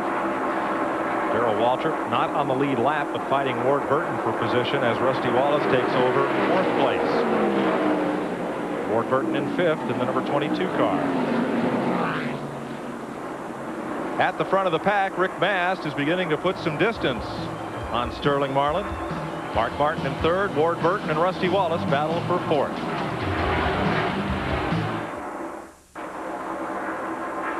Give us a call here at TNN if you have a question as this race goes on. We'll try to get it answered for you. Our toll-free number, 1-800-451-7331.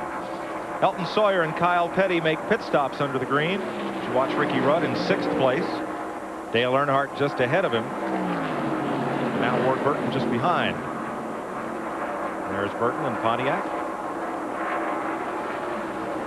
And just ahead of Earnhardt, Rusty Wallace appears to be gaining ground on the 3 leaders. As there you watch him hit 6th and 7th place. Stephen from Canada called in to see if Dodge is going to get back into Winston Cup racing since they've announced they're going to go and factory back a couple of super truck teams next year. I wonder. Buddy, you won a bunch of races for Dodge. I heard that somebody that won a ton of races like Richard Petty might have talked to Chrysler Corporation about maybe fielding a Dodge truck next year. That'll happen. It would surely be a popular return, would it not?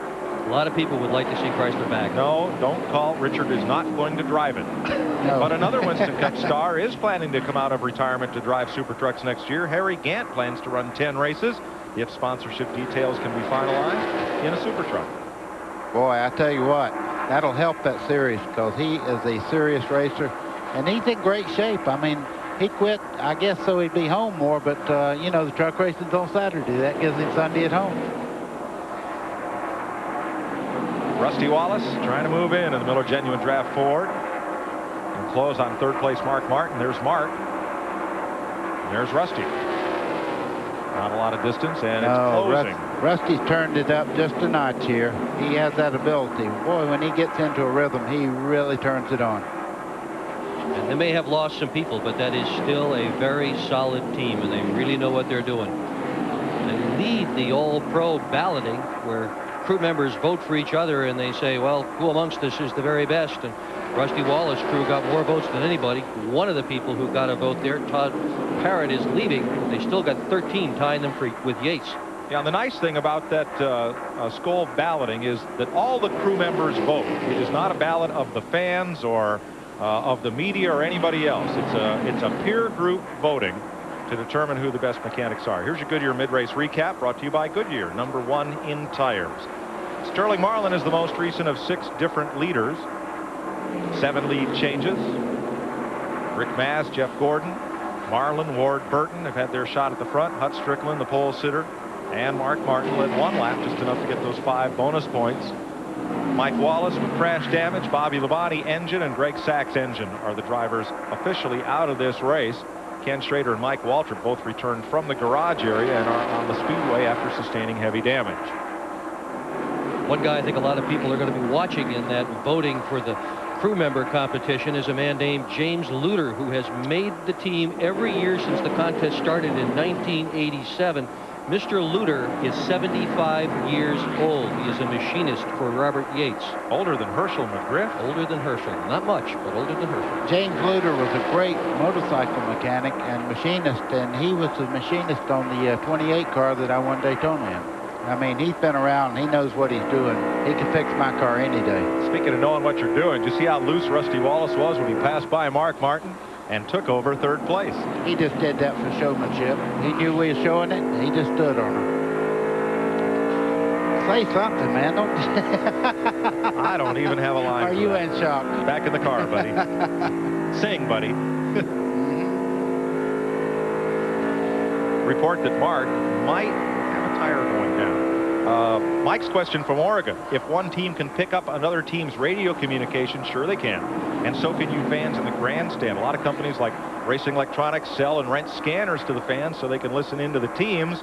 And you know that if the fans can listen in, the teams are monitoring other teams too. So sometimes the teams will speak in codes about certain things, such as whether or not we have a tire going down. And sometimes they don't exactly tell the truth, do they, Mike? Well, sometimes. I'm watching Mark Martin's car. I'm not sure he has the tire going down. I think his tires might be giving up on him just a little bit. You run through stages of a race, even with the best of handling cars, that you have a problem and you need to fix the car. And this might be his time to adjust a little. He's working hard at it, as you see here. Nice picture. Gosh, I love to watch how these guys work. Well, let's check with Randy. No question about it. Mark's tires are gone, so he ran it pretty hard right now. You know, you can set him up for a short run, set him up for a long run. Mark's team generally tries to do that, but they still were a little limited on practice. So a few more adjustments for the 6 team, and we're getting ready to have a battle up front with the 4 car. At the North Carolina Motor Speedway. 209 laps are on the board. We're just past halfway. Bobby Hamilton comes pit side. Rick Mast leads Sterling Marlin. Today's exclusive coverage of the ACDelco 400 on TNN is brought to you by the more than 1,000 AutoZone stores across America. AutoZone, the best parts in auto parts. And by RCA, changing entertainment again. Michael Waltrip has just climbed out from a horrendous looking crash at the entrance of pit road. He went over to talk to Shane Hall, the other driver involved. Look at all that's left. of the Pennzoil Pontiac at lap 213. Here's what happened.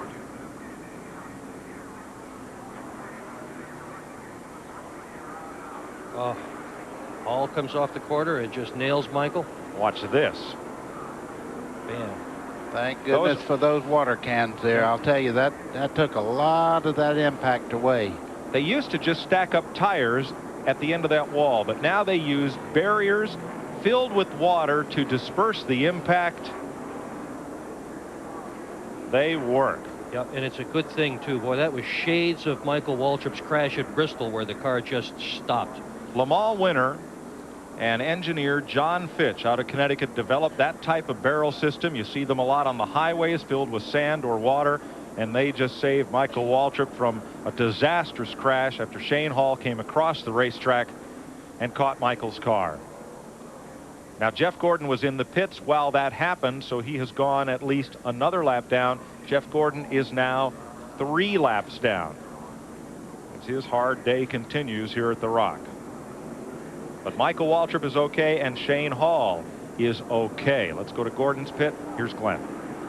Well, Mike, the Rainbow Warriors are getting rained on today. As sunny and pretty as it is here at Rockingham, they have just not had a good day. This is the second time that Jeff has come in, and immediately when they let the car down off the jacks, the caution flag has come out, costing him 2 extra laps. He was not at all happy with the way that the car was driving. They're concerned now that they might have a little bit too high a gear in the car. It's not slowing it down enough when he gets in the corners.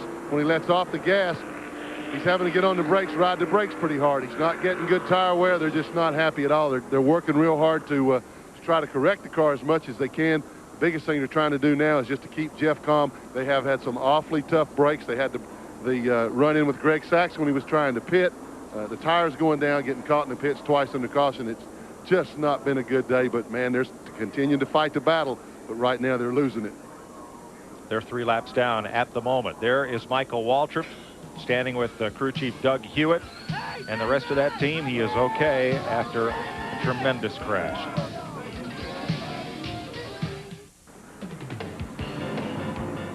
Welcome back to Rockingham. TNN rides down the road in a Winnebago from Cedar Ridge RV Center, Branchville, New Jersey.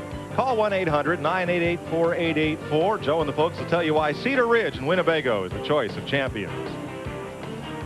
And for information on Featherlight trailers, call 1-800-800-1230. Featherlight is the official trailer of NASCAR.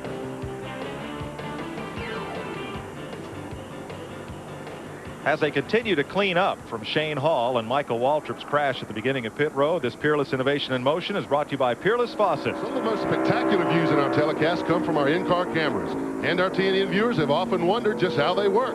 So let's answer the question you fans have asked the most. Now, on race day, okay, the guy's set up, he's going around now.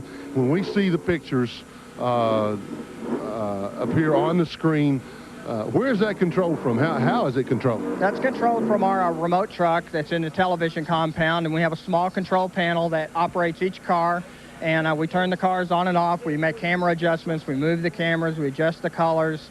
Everything's all done by remote control from a truck in the TV compound. All right, and there's also, how do you get that signal from the truck to the camera? There's a small antenna that goes in the rear window of the car that shoots a signal up to a helicopter that hovers over the racetrack, and then it's received in the helicopter, and then it's put into another transmit system that sends it back to the ground to our truck, and then from our truck it's fed into the remote truck and then up on the satellite. Now, the thing that I want to know the most is time and time again, I have seen the camera looking out the front, and you're seeing where the guy's going, and the lens starts getting dirty, and it looks like that there's like a layer of plastic or a lens being peeled off. So how does that work? It's a small piece of film that runs across the lens, and there's a reel on one side and a servo motor on the other side, and when it gets dirty, I just hit a switch on the control panel which turns the little servo motor on. It pulls a clean piece of film across the front of the lens. That film is only about 3/4 of an inch wide, and the camera is only about 1/2 an inch in diameter. And for the second time today, Randy Pemberton has to or gets to interview Michael Waltrip. Well, we've heard a lot of drivers and people say they'd like to fill something up, fill one of the racetracks up, make a fishing hole out of it. You tried to do that, Michael. You're smiling, but goodness gracious, I don't think you can fix that car, but if they do, don't go back out there. Well, I think Sterling holds the record. I watched him wreck 4 times at Bristol one night, so even if I do get it fixed, I figure surely I won't wreck again. you know, this ain't how we got to be a top 10 car in the points. I think we had 2 wrecks all year long, and now we've had 2 in one day, so that's kind of different. But my mom and dad are thinking about moving to North Carolina, and I hope they do, because I'm gonna need my neck rubbed in the morning, Ma. Come on over. But you know, seriously, just disappointing, man. I couldn't believe it. We had to undo all the power steering from the first wreck, and when I saw him spinning, the thing would go left okay, but it didn't go right very well at all, and I did all I could do. I veered to the right and tried to hurry on past because it was too late to stop, and I didn't make it, and I hit those barrels and got all wet. Okay, tough prank. Stay out of that car this time. I'm all wet. He's all wet, but he's all right.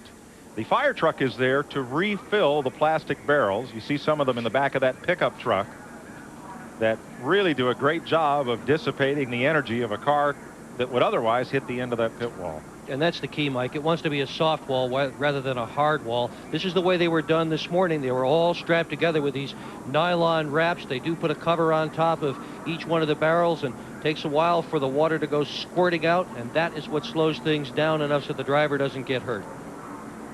It's the sudden stop that'll get you, whether it's a race car or on the highway. And by cushioning the car against the wall, you save a lot of drivers from a lot of grief. And we saw at Flemington in the truck race, Flemington, New Jersey, one of the tracks that employs the styrofoam barriers along the outside walls. And, you know, going there, NASCAR's concern was that wrecks might take longer to clean up. Just the opposite happened. A truck would go into the styrofoam wall, the styrofoam would blow apart, and the cars or trucks going around a couple of laps would just blow a little piece of styrofoam away. You set down a new block, and plus, when you hit the styrofoam, you don't necessarily put a hole through the radiator, through the oil cooler, and dump a lot of fluids on the track. Most of the trucks that hit the foam barrier were able to drive away. So soft walls, definitely the coming thing, and the good news for race drivers certainly was today. They have not yet opened pit road because of all the water, so we'll take a pause here at lap 221. Today's Ford Buddy Baker driving tip is brought to you by Ford and your Ford dealer. Have you driven a Ford lately? The big question most people have when they first start out racing is what to do in a bad accident or what not to do to avoid it. Rusty Wallace, what would you advise guys when they first start out to do? Well, buddy, I tell you, there's a lot of ways to avoid something, but generally, if you're running with the wrong crowd, if you're looking at a couple guys up and they're swapping around, they're not looking right, that's generally not the time to run with those type of guys. A lot of people say, man, you tend to avoid accidents for some reason. I think I'm a firm believer there's a time to race and a time not to race. And if there's 4 or 5 cars sliding together, I mean, you don't need to get up in there and make it 5 or 6 cars. I tend to get back, let that thing straighten out, and then make my moves. I have gotten accidents in my early days where I get real aggressive and be right up there with them all, and we'd all wreck. Patience is a big deal, and you don't win the race until the last lap. Thanks, Rusty, and thanks, Buddy, for that tip. We've seen a bit of that today. And from Elmo Cam, we're looking at the front of what's left of whose car? That's Kenny Schrader's car. Yes. Pit road was open. Now they have closed it again to sweep up some of the standing water after everyone has been allowed to make a stop. And, Morgan Shepherd did not know it was closed, and he come in there and he had to go back out. That was that little groan I made there. There's Elmo Langley, pace car driver at work behind the wheel of that Trans Am. Tom from Washington wants to know what would happen if 2 drivers were tied in the points after the last race. Well, Tom, there cannot be a tie in the Winston Cup point standings. If 2 drivers are tied in points, the driver who had the single best finish that season would get the higher position. If both drivers have, let's say, 3 fourth-place finishes, then you go to their next best finish until you break the tie. But there cannot be a tie even for the championship.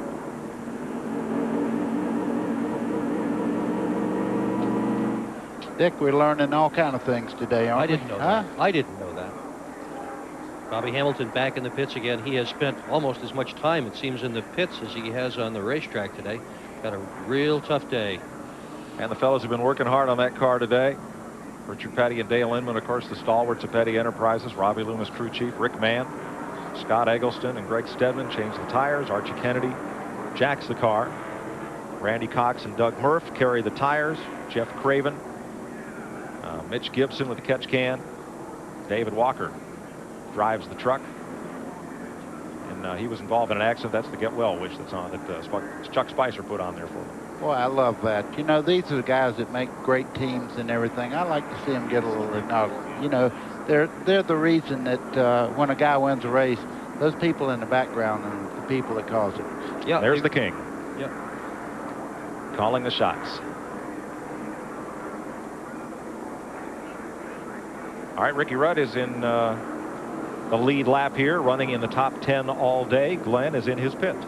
Talking with crew chief Billy Engle, Mike, the guys had a lot of time to talk under caution there about what they were going to do to their cars when they finally got to come on pit road. But Ricky Rudd was telling Billy that the car was doing one thing, the tires were telling him it was doing another. So what do you do? Well, what we've done, we've kind of adjusted on the car a little bit all day long, and every time Ricky's telling us about halfway through a tire run that the car is loose. But when the tires come off of it, they're telling me that it's too tight. So I decided to make an aero tightening adjustment and loosen the chassis up and give that a shot here and see how that works out. An aero tightening adjustment. What is that?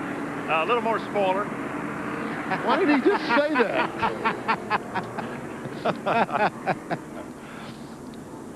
Billy Engle going back to driving next year, I guess, and crew chief in on the side. Yeah, for the 2019, right? Yeah, for Steve Grissom's team. That's right. Well, we're still under caution as they continue to clean up the front end of pit road. Here's how they're running.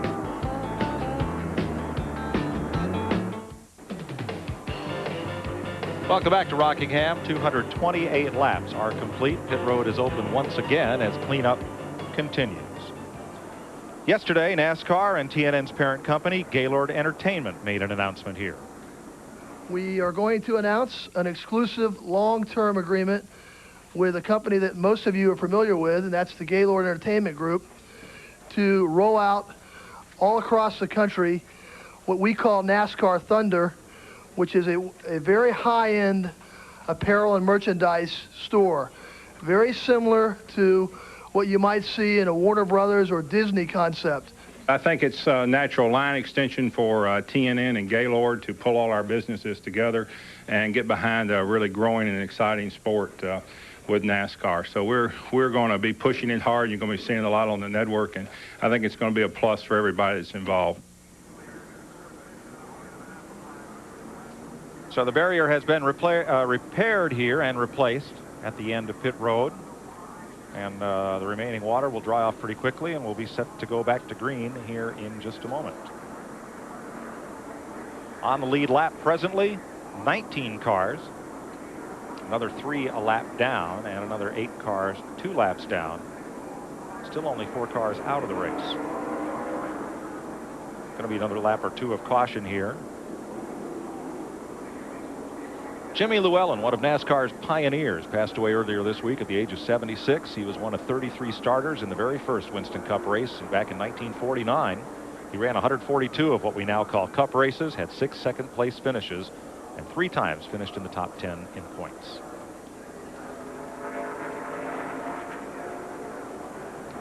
Rick Mast leads here at Rockingham ahead of Dale Earnhardt and Rusty Wallace and Sterling Marlin. We'll be right back. Opryland USA is the official destination of NASCAR. Call the number on your screen for more information Monday through Friday. Rick Mast to lead them down for the restart. Dale Earnhardt, Rusty Wallace, Sterling Marlin, Mark Martin, Joe Nemechek in 6th place. Dick Trickle, Ricky Rudd, John Andretti, and Ward Burton, your top 10. Jeremy Mayfield's up there. Good run for him today. Bill Elliott, Jeff Burton, Terry Labonte. The Jimmy Spencer car driven by Rich Bickle on the lead lap as we come down for green. Boy, Jeff Gordon needs to make up some laps. Every time he makes a pit stop, the yellow flies just afterwards, and he loses another lap. I guess he's 3 laps down right now. That's correct. Let's add to the cars in the lead lap Ricky Craven, Lake Speed, Jeff Bodine, and Gary Bradbury. So up front is Rick Mast as Earnhardt and Darrell Waltrip, past champions, lean on each other just a little bit. And as they wheel off into turn number 1, Randy Pemberton, do you think Rick Mast will let Earnhardt lead a lap? Well, there's been a conversation between the 2 crews, and I believe they said they would oblige if Earnhardt can get up alongside of Mast He's going to let him pick up the 5 points. We've seen it done this year before, surprisingly enough, but I don't think Earnhardt's going to be able to get to him. Well, surprising, too, with Mast being in a Ford and Earnhardt is Chevrolet, but next year that Rick Mast team moves to Pontiac, so who knows on what basis allegiances are made and broken in this sport, even temporary ones. They might need to talk to Rusty Wallace at the same time because he's just behind Earnhardt there. He's racing very hard right now, and that car is really down. Oh, Sterling Marlin sideways. He gets it back straight. I thought he had wrecked. He straightens it out. Mark Martin moves past and takes that position away. Close call for Sterling Marlin. Man. Here comes Earnhardt underneath Bobby Hillen, who is 2 laps down. Dick, you'll get used to that. I holler when they get sideways. But I can't get used to stuff like what just happened, buddy. I mean, that was an incredible save for Sterling Marlin to pull that out. I thought he was gone. And half the field with him. Let's show it to you again in case you were at the refrigerator when that happened.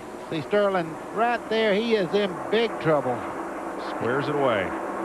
Look how much momentum you lose with a slide like that. Mark Martin shoots right on past. It takes you that long to get your foot working again. Are you kidding me? And get your heart pumping again, too. I bet it stopped for a while.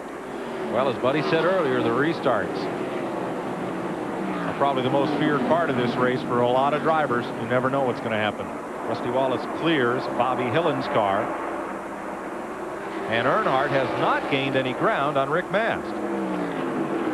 No, he's putting a lot of pressure on himself right now. You see Bobby Hillen now, he's a couple of laps down, but he's running well enough to be right up in the front. You see, he's running right in there. Well, he's got a new motivation to run well. He's a part owner of that car at this point, buddy. Jasper Engine people, the sponsor, have bought a bunch of it, and so have a couple of their distributors, and Hillen's got some of it, too. There goes Gordon back down. 3 laps down. The would-be champion who came into this race 205 points ahead of Dale Earnhardt. Right now, Gordon is running in 27th position. You know, it's just a couple of weeks ago, I was reading all kind of articles about Jeff Gordon having the championship wrapped up. It's not wrapped up, folks. This is going to be right down to the wire, I believe. No, we haven't even seen the fat lady here at the Speedway yet. She hasn't shown up. Boy, what a mess here. Ward Burton tried to get under John Andretti, ran out of room. Everybody stacks up right behind him. Steve Grissom, 29. The Meineke car on the high side. Ooh, Andretti a little loose. Very loose. Straightens it up. Big cluster of cars right there. Jeremy Mayfield moves underneath him in Cale Yarborough's RCA car. Jeremy running with the top 10 today. Good run. Mike, the one thing you can see now, there is 2 grooves out there, and the upper lane now is just as fast as the bottom. So you really don't have a great advantage by being on the bottom part of the racetrack. Well, if this were 1 year ago, buddy, this would be the halfway lap. But now Musgrave gets together with Lake Speed down the front straightaway at the back of that pack. Well, they're okay. There they are. They're going to be all right, but boy, the fenders continue to flail here. Tense moment for those 2 drivers. Musgrave is a lap down. Lake Speed, or 2 laps down. Lake Speed is on the lead lap. They sort out okay.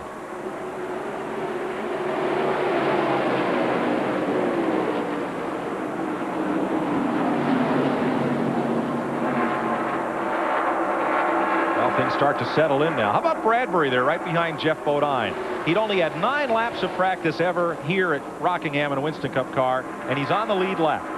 And how about the 4, Sterling Marlin? It doesn't look like that slide for life scared him at all, does it? He's right back at it again, pressuring Mark Martin for position. Martin is running 4th. You see anybody in the garage this weekend wearing the Judge Ito mask? That's the biggest selling Halloween mask this year.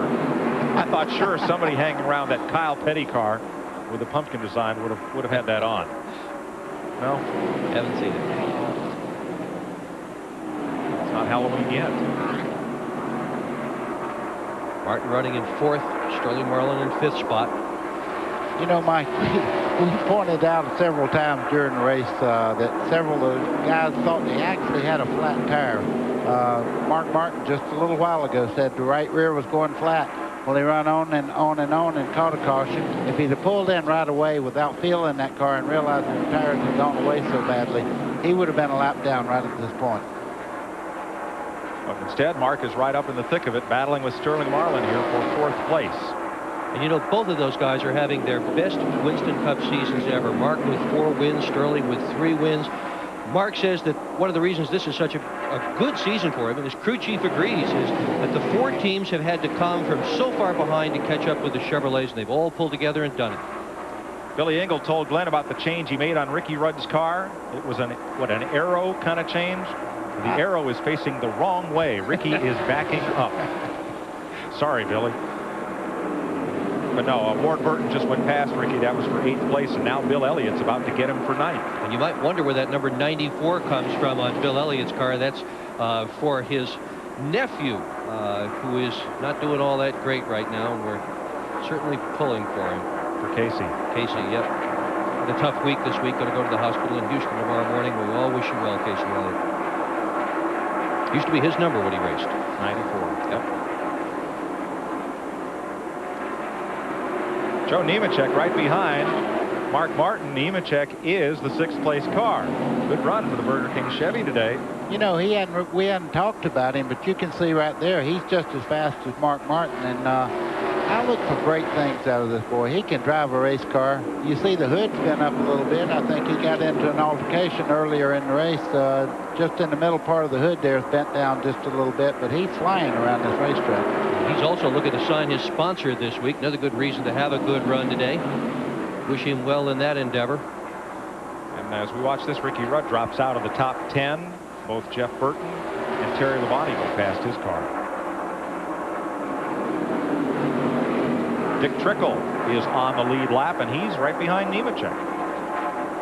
Well, he's another one there's a lot of controversy about whether he's going, where he's going, or what he's going to do next year. One thing he told me for sure, he said, I want to race. So I would just, if I had a race car, I wouldn't hesitate a moment. He's a good race car driver and won a bunch of races. Fairly experienced. Yes. Experienced in winning. Yes, very much so. And here's Ward Burton, putting the MBNA Pontiac right up behind Bud Moore's Ford with Trickle aboard. Whoa, Trickle. Hang on, guys. And Mark Martin just slides right to the back of that bunch. I think somewhere along the way they've gotten off just a little bit as far as balance on that race car. He's not able to go for long runs very fast at all. Remember, Martin is looking for his 4th win in a row. Glenn, is there a problem? Well, Mike, they made an adjustment on the car, and Mark just radioed in last lap. He said, let's go back up with the car. They lowered it just a little bit. He said, let's go back up with the car. It's not running worth a darn right now, so they know that they went the wrong way. Maybe they did the same kind of adjustment that Billy Engle made.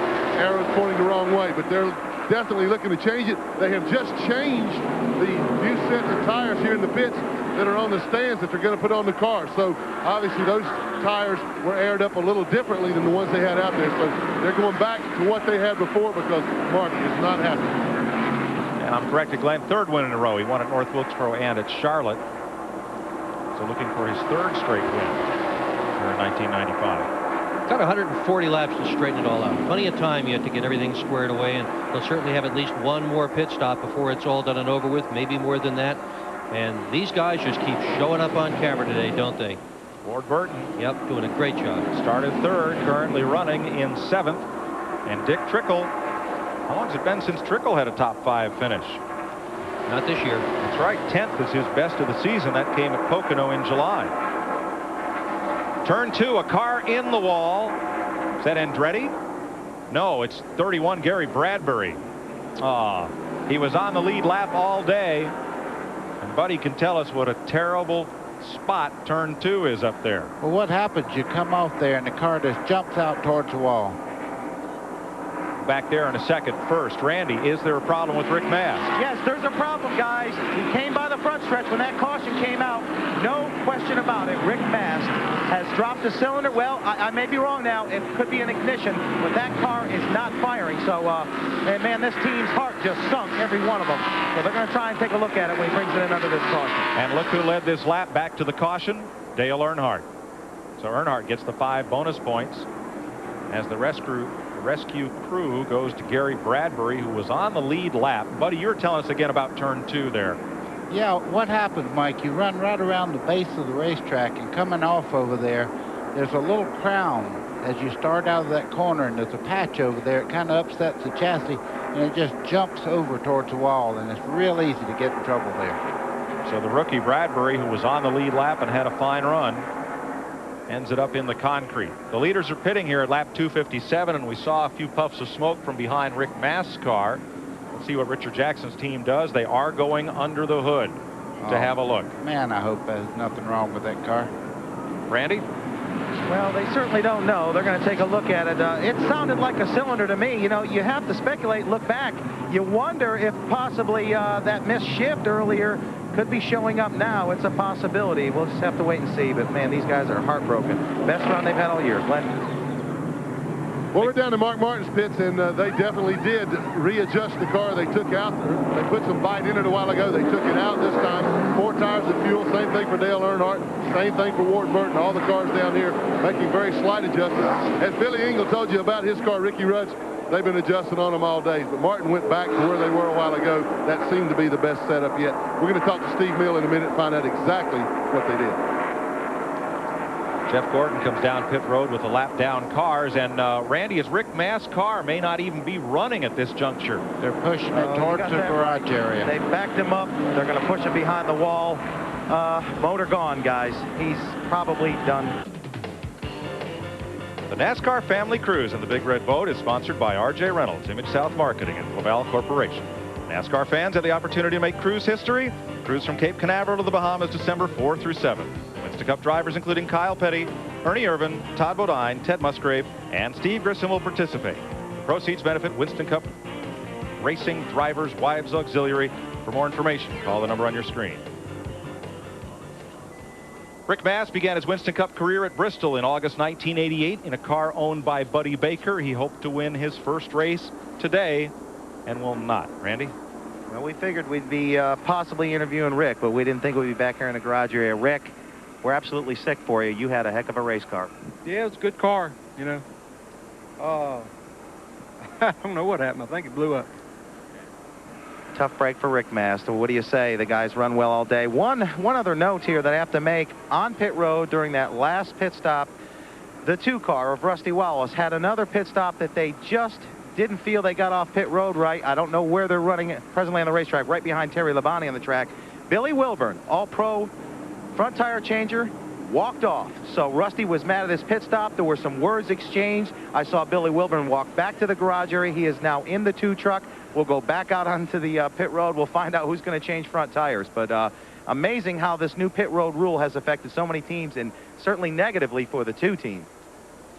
And I think just how the pressure toward the end of the season is affecting some of the runs and some of the action along pit road today. Rick Mast led the most laps today, 139, only 5 times in 60 races here, as the driver who led the most laps failed to finish.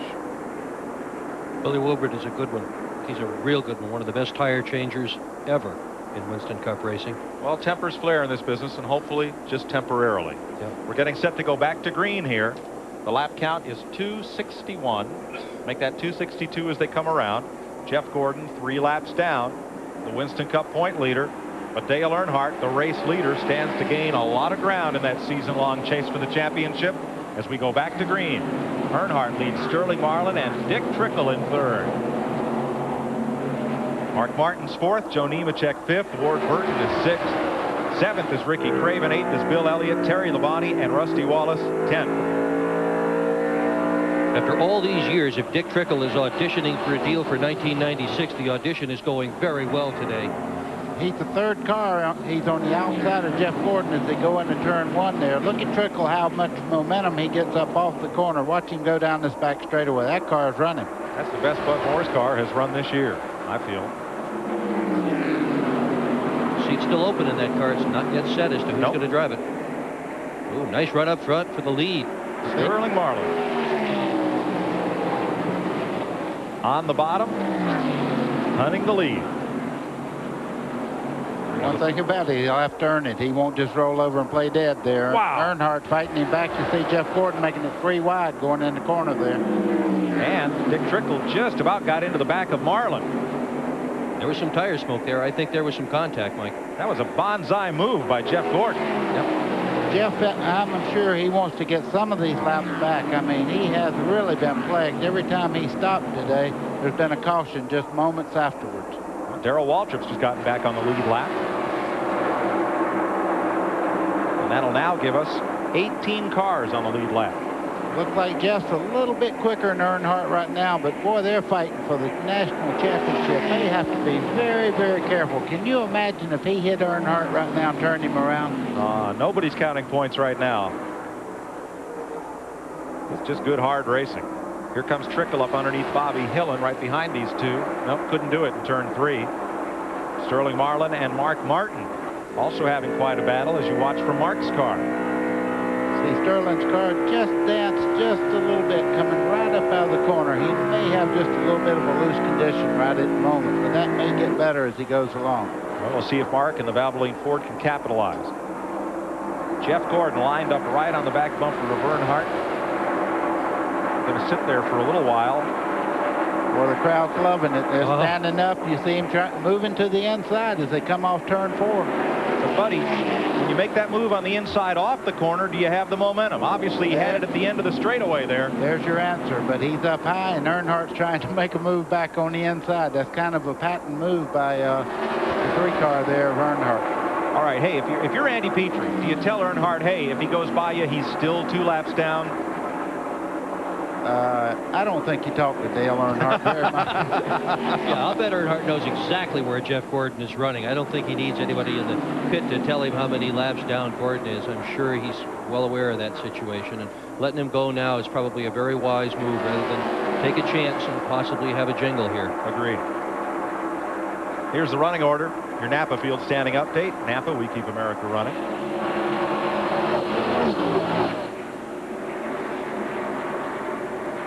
So Jeff Gordon is now 2 laps down. Gave you the top 10 a minute ago. The rest of that lead lap includes Jeff Burton, Ricky Rudd, Darrell Waltrip, now up to 13th. John Andretti, Jeremy Mayfield, Jeff Bodine, Jimmy Spencer's car with Rich Bickle in relief, and Lake Speed. Now here's Sterling Marlin in 3rd. In 4th, Mark Martin. And the 5th place car now is Ricky Craven. Let's go back to Randy for more on the Rusty Wallace pit crew. Just an amazing set of circumstances. I came back out here onto pit road, and they had Raymond Fox Jr. from the 28 car over here to take Billy Wilburn's place. Billy spoke with Robin Pemberton. They conferred a little bit. They discussed what they were going to do. Are you going to get it right? He's going to do it. Raymond Fox has now gone back to the 28 car. Billy Wilburn back on pit road to change tires for Rusty. Just an amazing set of circumstances for a pit crew during a race. Well, it's good that worked out, Randy. I mean, we all know tempers flare during a race in the car on pit road, and you know, as we say, hopefully all those flare-ups are temporary. So good to see Billy back out there. Oh, I bet there are going to be some conversations over the course of the winter in that garage area. Or Monday at the team meeting. That's a good likely possibility too. Well, but that's okay. I mean, if your emotions didn't run close to the surface, could you perform 100% in a sport so full of pressure as this one? That's what I was just fixing to say. The things that make these guys on the racetrack great is their temperament. Also, the guys that work on them, men that'll work on these things like they do day and night, trying to make them better and better. And of course, you have a temper. I mean, you're proud people. Yep. A lot of these guys, by the way, had worked as much as 80 and 90 days in a row without a day off until Charlotte was all done and over with 2 weeks ago. A bunch of them have now had 1 or 2 days off. They've gone home and cut their hayfield that was supposed to have been a lawn, and reacquainted themselves with their children. Tell you what, these crew members work very, very hard. The drivers get the glamour. The crew members get the skin knuckles, the hard work, the late nights. Don't get a chance to see their wives. Very good point, Dick. Hardly anybody realizes the amount of time that goes into preparing these race cars. If you have a question about today's race, give us a call, toll-free, 1-800-451-7331. If Dale Earnhardt leads every lap from now on, he will fall 1 lap short of leading the most today and getting the 5 points. Rick Mavs has locked that up. Welcome back to Rockingham. Mike Joy with Buddy Baker and Dick Berggren. Glenn Jarrett and Randy Pemberton in the pits. 281 of 393 laps complete. Dale Earnhardt leading. And another real tough customer in second spot, Dick Trickle. Mark Martin is 3rd. Sterling Marlin is 4th. Ward Burton, who started 3rd, is 5th. Ricky Craven there is 6th, trying to hold Rusty Wallace.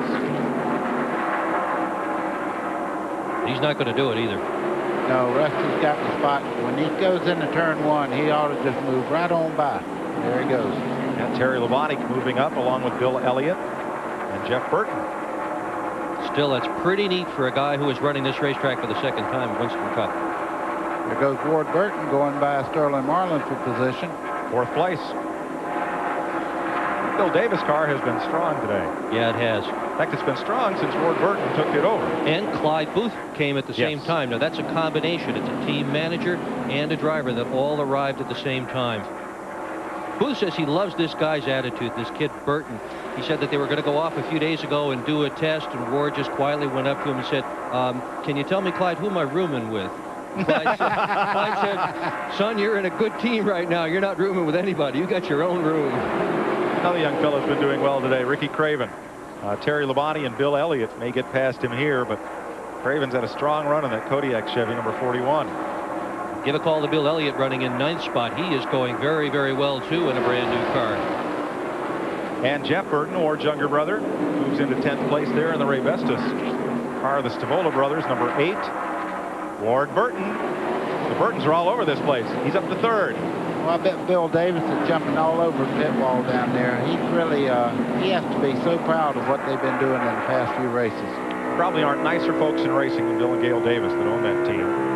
And a trucking company in Arkansas. Now here's Rusty Wallace trucking on past Sterling Marlin. That'll be 5th place. So Marlin's dropped 2 spots now in 3 laps. Sterling's got a little bit of a handling problem. He'll take off pretty well for the first 10, 12 laps after a caution, and then he just kind of backpedals until they make another stop for new tires. Pete from Connecticut called in, wondered how Shane Hall got a provisional when Ernie Irvin and Dave Marcus are not in the show. Well, the provisionals go to the car owner, and Dick Brooks owns the car that Shane drove. He had a couple of unused provisionals, while Dave Marcus had used up all of his allotted provisionals, and Ernie Irvin is in the car that doesn't have enough Winston Cup points to qualify for one. See Dale Jarrett trying to get a lap back there. He does it pretty easily. He's hooked up right now. The 28 car is on the mark. They've done a lot of work on that car in the pits today. He's been in several times. He even did some sheet metal work in the right front corner of it, right on top of the fender. Try to get that thing to go a little faster. Bernhardt's your leader. Defending champion of this race, won here last fall, not in this same car. Here's the interval back through 5th place. Earnhardt's not running away, but the man who's coming is Ward Burton. Yeah, and you know, we talked at the head of the show about a strange lineup at the start of the race and people who had never won before. Right now we've got Dick Trickle in 2nd spot. He has never won a Winston Cup race. In 3rd spot is the 22 Ward Burton. He has never won a Winston Cup race. Boy, it gets ugly from there down, though. There's a bunch of wins right behind them. You go down to 9th spot, and you got Jeff Burton. He has never won a Winston Cup race. You got 3 guys in the top 10 who have never won one of these things. And also on the lead lap, Joe Nemechek, Jeremy Mayfield, Ricky Craven, who have not been to victory lane, John Andretti. And I guess you have to count Rich Bickle and Jimmy Spencer's car. Hey, you know, with a shortened race, we could have an upset here. Could happen. Could have an upset in any case. Yes. We're getting a report from the pits right now that Earnhardt's complaining just a little bit. He says the car is extremely loose. You can see Ward Burton there, and he's catching Dick Trickle pretty quick now. Yeah, Trickle's car is loosened up a bit. Still, it's the best run the Bud Morris team had this year. Trickle has only 1 top 10 finish this season. And you see him now in 2nd place. I like to watch Ward Burton drive. I tell you, he's relentless. Once he starts moving in on somebody, you see he's trying. He looked under just then. I think when he makes his move, it'll be up out of the corner. He's able to turn that car a little bit better than Trickle. He's fun, too, because he's so brave. He'll put that car in places you wouldn't think it could possibly go, and he'll make it work. He won't crash it. And he has such a dry sense of humor, such a wry sense of humor. If Terry Labonte is the Iceman, this guy is dry ice. Yeah. He's fun to be around.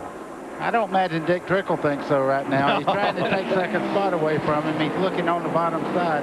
Yep. Trickle shuts the doors. They start into the corner there. Youth versus experience. Ah, there he goes. Youth on the bottom, experience on the top, and youth prevails for the moment at least. for the moment. Yeah. 100 laps to go this time by at the Rock. You're watching Winston Cup Racing live on TNN.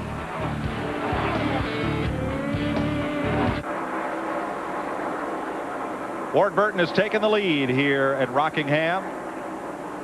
Here's how he and Rusty Wallace got past Dale Earnhardt. Well, Dale's he's fighting this car right now. You see Ward going down on the bottom side. Dale did not even try to fight back there. He just let him go right on the bottom side. Now, Dale is always going to do this. He's going to close in right in the center part of the corner, but watch Ward power off that corner and down the straightaway. You notice Ward was expecting that move and dropped right to the bottom of the racetrack. Now here's Rusty getting past for second spot. Well, Mike, when you start getting loose, that's all you can do. You just run as fast as you can and try not to lose too much ground to the leaders. But if you try to run over the limit, you'll spin the car on the racetrack, even with the ability that Earnhardt has. And Rusty is closing in. Ward Burton's best finish ever here at Rockingham is 9th. He's got it down well. He's finished 2 races here at Rockingham, 9th both times. Rusty has won 3 of the last 5 races here at Rockingham. So here we go with Rusty catching the youngster in the 22. 33-year-old Ward Burton. 1990 Grand National Rookie of the Year. Began racing go-karts at age 8. Only 2 drivers have ever won in their first Winston Cup start at Rockingham. Donnie Allison, 1968. Mark Martin, 1989. Ward Burton trying to become the 3rd driver to do that today. Boy, Rusty's closing in. Ward's very fast. I think he's being extremely careful in traffic right now as he comes up behind Bobby Hillin there. You see him, he's really not forcing the issue to jump down underneath. He wants to make sure they know he's there. He knows he's got a good car, and now he's starting to move by Hillin as they come off turn 2.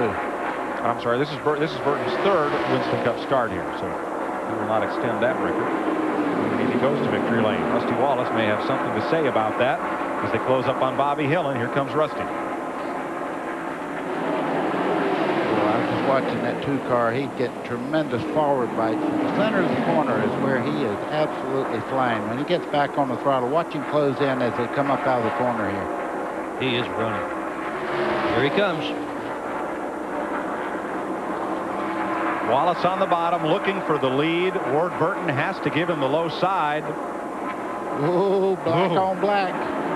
Boy, I tell you, I'm beginning to think that black cars maybe just that might have a little edge or something. It just seems if you paint your car black, you start running faster to me. Randy? Well, you know, we talked early, at least Dick Berger did, about how important the shocks have become and the Tom Hoke joining the team, the Penske team.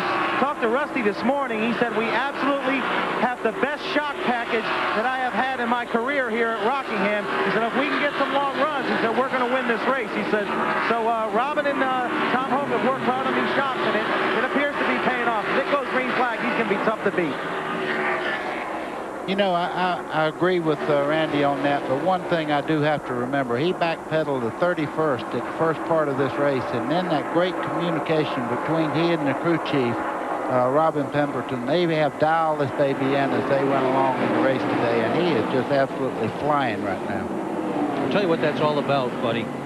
Robin said this morning that the way he wants this race to go is one of 2 ways. First off, what he'd like to have happen is have a bunch of caution flags early so we can work on the car, then get the car right out front, win the race, so we can go off and have dinner tonight at the new diner in Charlotte. There's a new diner there, apparently all decked out in stock car kinds of colors. So he's ready to go have a Miller beer and a sandwich. Get ready for that motorcycle ride tomorrow morning. 307 laps complete. Wallace has taken the lead. Ward Burton is 2nd. You're riding in the 3rd place car on Mark Martin. Earnhardt is 4th. Labonte is 5th. All of you who said Ward Burton will just ride a while behind Rusty, go back to the refrigerator. He is challenging hard for the lead. Well, he seems to be able to turn his car in the center part of the corner and stay down just a little bit lower than Rusty. You see, Rusty's starting to take that higher line coming up out of the corner, and he's losing a little bit of track to him. But buddy, is he using up more tire by trying to run the bottom? Well, there's one in trouble right there. That's Derek Cope, and it looks, yeah, I think so, Mike, to answer your question, but it looks like he may have a flat tire on the 12 car. Remember, Cope got into the wall in one of the very first laps of this race. See what happened here to Derek Cope. He's been in it again up in turn 2 this time. Look at this. Now, you talk about car control. He's riding a wild horse there. Yeah, he saved Bobby Allison about $50,000 in that little deal. And Great Bobby job. Hillen just got up into the wall in turn 4. And it comes down the front straightaway. He's okay. Boy, the handling is going away on some of these cars. Not these two. Ward kind of backed up there. I think maybe a spotter said, you know, a couple of cars are starting to go up towards the wall. There might be something on the racetrack. The tires are going away, too, at this point. It's been a while. 8th place. Sterling Marlin trying to hold Dick Trickle and Bill Elliott.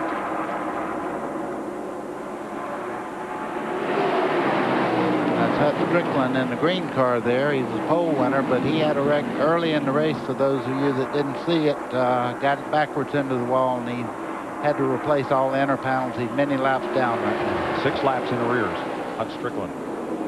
This group's 9 seconds behind the race leader.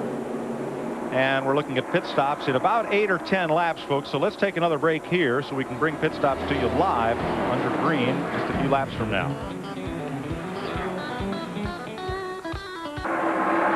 Pit signs out for Jeff Gordon. Bobby Hillen has just made a stop.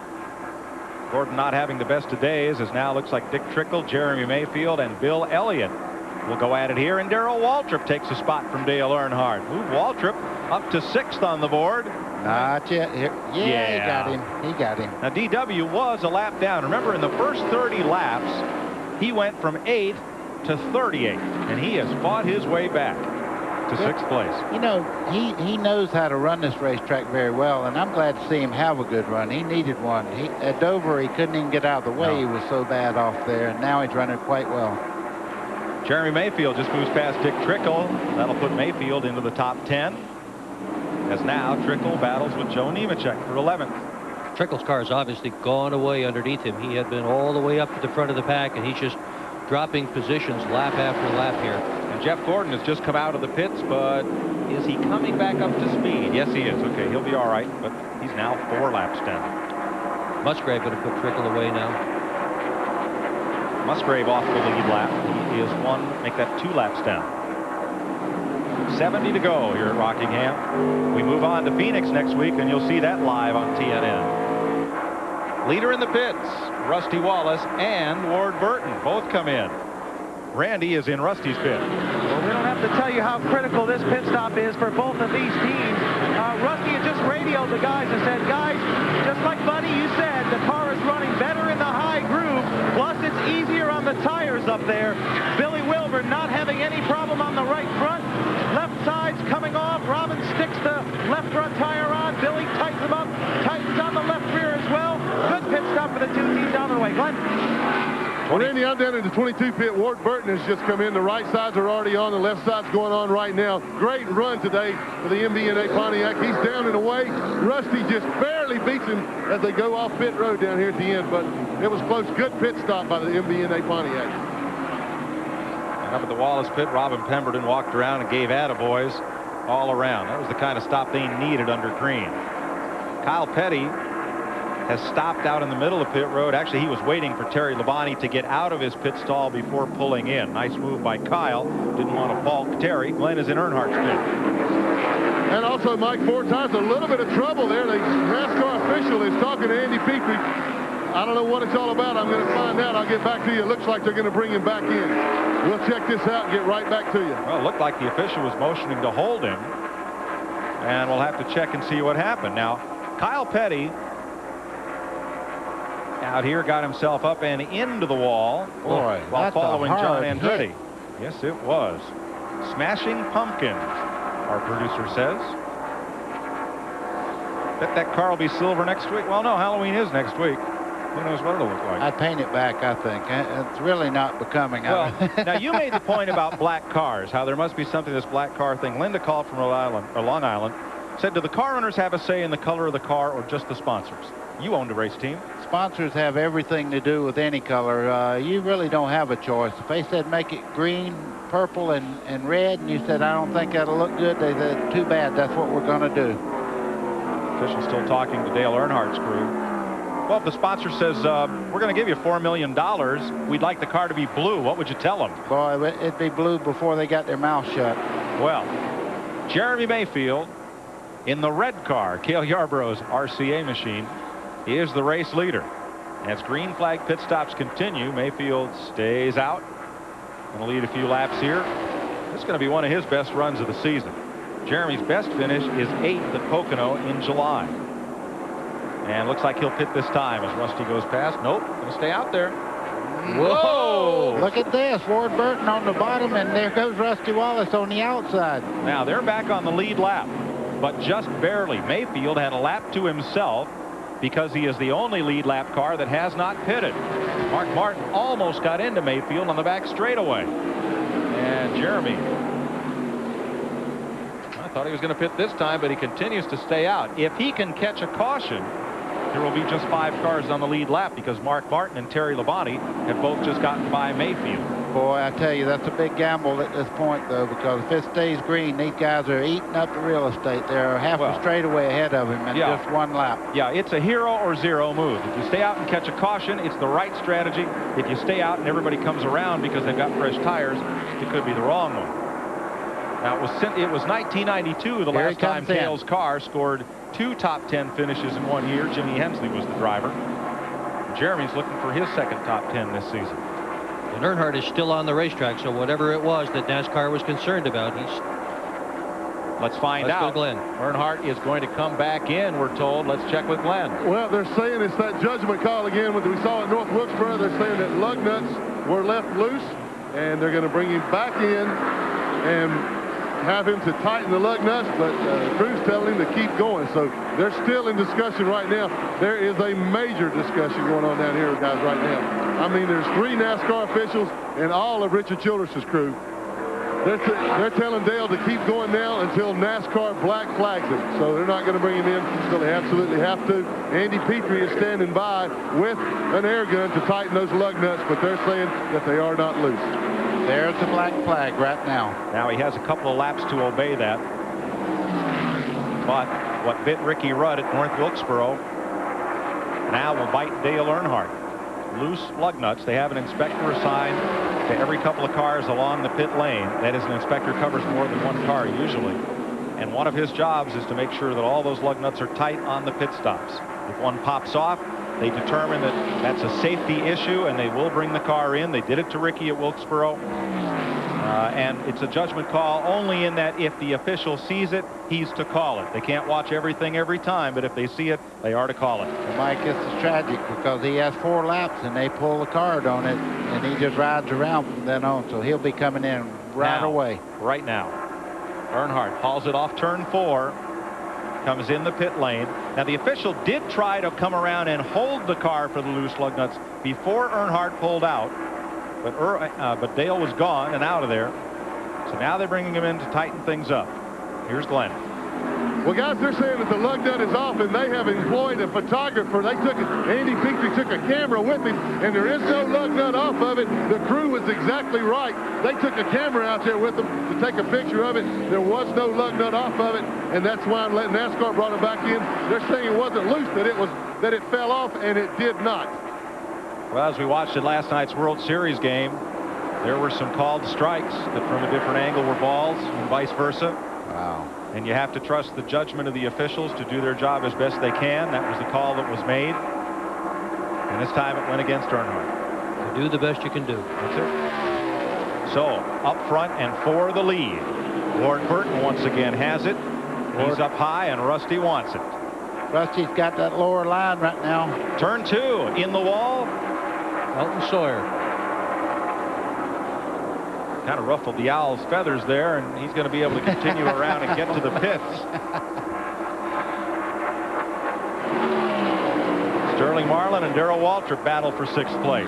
Well, Darrell's really picked the tempo up here. Look at that car, how well it's handling right around the base of the racetrack, and he's got good straightaway speed in that car also. He's giving Sterling Marlin quite a run right now. Another young kid, 48-year-old Waltrip. He has looked great today. He really has. And for those who say he can't run well at the end of the race, let me tell you what, we are 340 laps into this event, and Darrell Waltrip is running like a 22-year-old. Doing a great job out there today. you're running up front, that'll happen. Yep. They're all young in the lead. That's Bentley Warren, your buddy. Yeah. Earnhardt is now 16th. He is 1 lap down after that stop to check the lug nuts.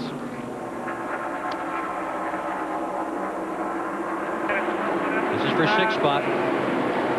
Everything's all clear. Darrell Waltrip at the 17 for Sterling Marlin. And in the background, Darrell Waltrip's radio as they clear Kyle Petty, who's just come out of the pits. Leaders coming up onto traffic. And Jeff Gordon again. Yep, see how Ward Burton handles this. Glenn Jarrett is with Richard Childress. Richard, judgment call made there, but there was no infraction. Yeah, that, you know, we had 5 lug zones. We told the inspector he had us come in. It just cost us about 10 or 12 possessions. We're going to let NASCAR handle it. We can't do nothing about it right now. We got to keep racing. It's their call. They'll make the call after the race. Let's hope they work on it. Well, I tell you what, guys, I am amazed because they're in the midst of a championship chase. How cool and calm. There was a lot of discussion going on, but Richard Childress and Andy Peavy absolutely were 2 of the calmest people down here, and I'm really impressed with the way they've handled this thing. This is a class operation. Well, what it sounds like is that Childress is going to appeal the call as they split Kyle Petty for lead cars battle up behind Dick Trickle. Ward Burton, what a move he made to clear that pile of traffic. That's just what you were talking about a while ago. Ward Burton knows 2 speeds today, wide open or stopped, and he is flying at the moment. What it sounds like is Richard Childress plans to appeal and get NASCAR to give them back the lap they lost, making that stop to put them back on the lead lap. I don't know. And there's the appeal underway right now. Tough call. Kenny Schrader comes pit side, and he's had a tough day. 345 laps complete. Just under 50 to go, racing at the Rock. We'll be right back with you live on TNN.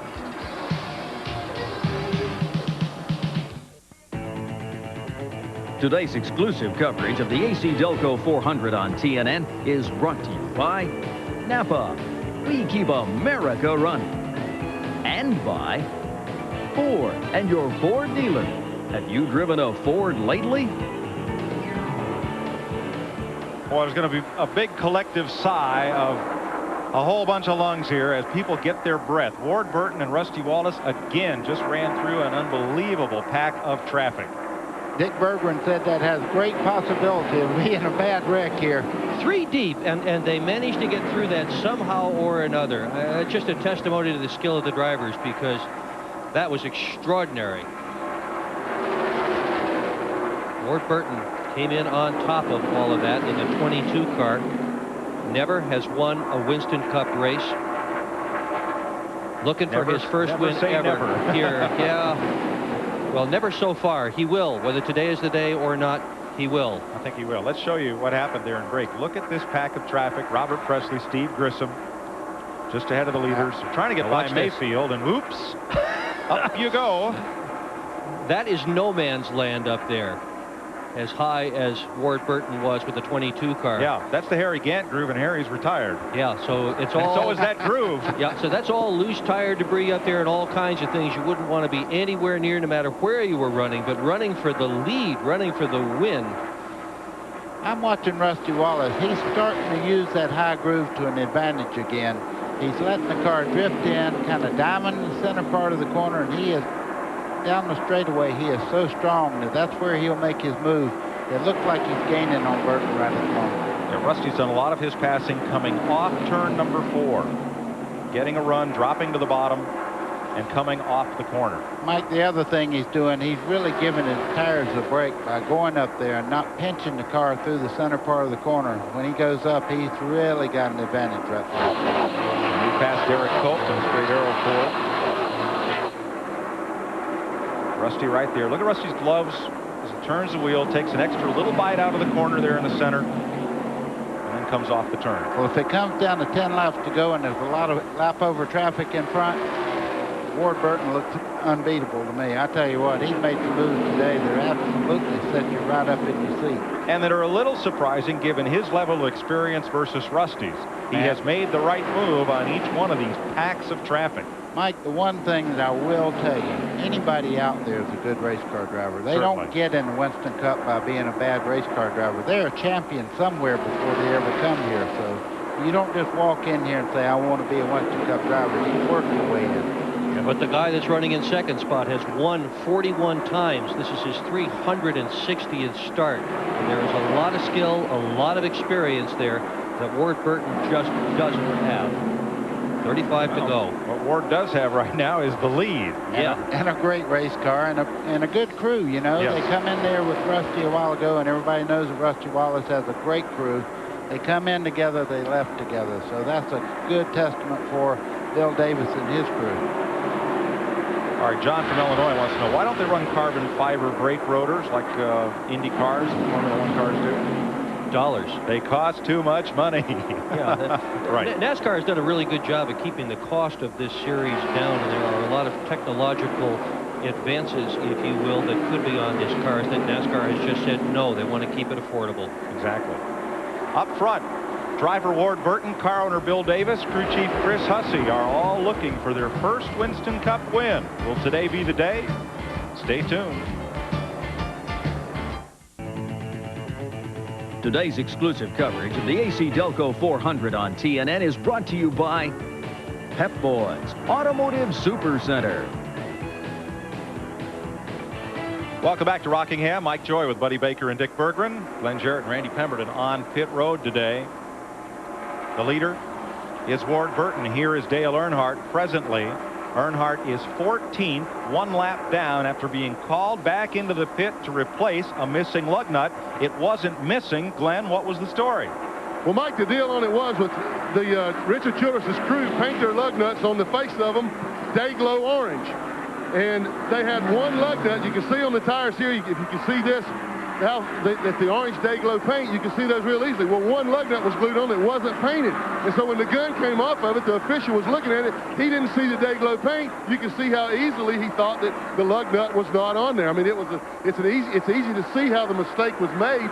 Costly mistake, but he was looking for that orange paint. All 5 lug nuts were on there. 4 of them were painted orange. 1 of them wasn't. Wow. Thanks, Glenn. 25 laps to go. Ward Burton looking for win number 1, just as Rick Mast was last year.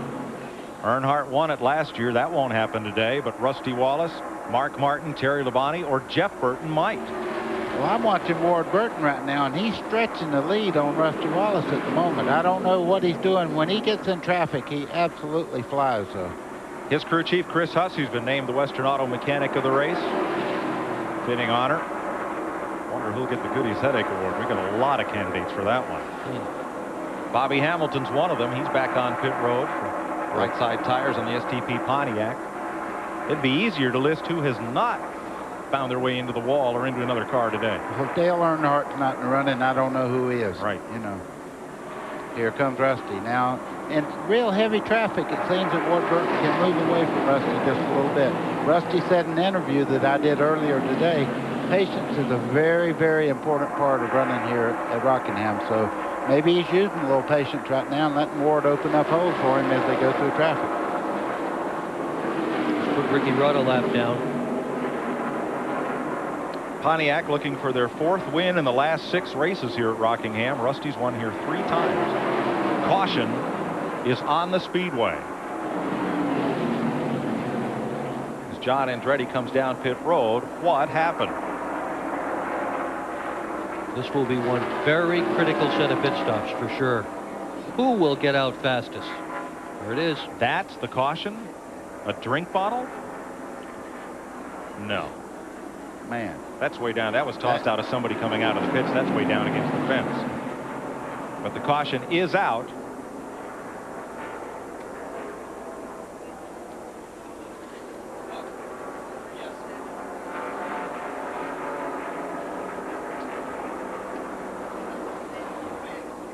All getting ready to come in this time around for sure. Well, we're still trying to get word on why the caution flag has flown here at lap 372. What a blow this is to Ward Burton and Bill Davis. And now we're going to see how good those 2 pit crews are. Hey, they're waving the flag there, the red flag that pit road is closed at the moment. they'll come back around before they're able to stop. Give the Let crews me check this. That'll give the crews a few more moments to get really nervous. Well, I'm not sure if this is the reason for the caution, but during this caution, they are giving Dale Earnhardt his lap back.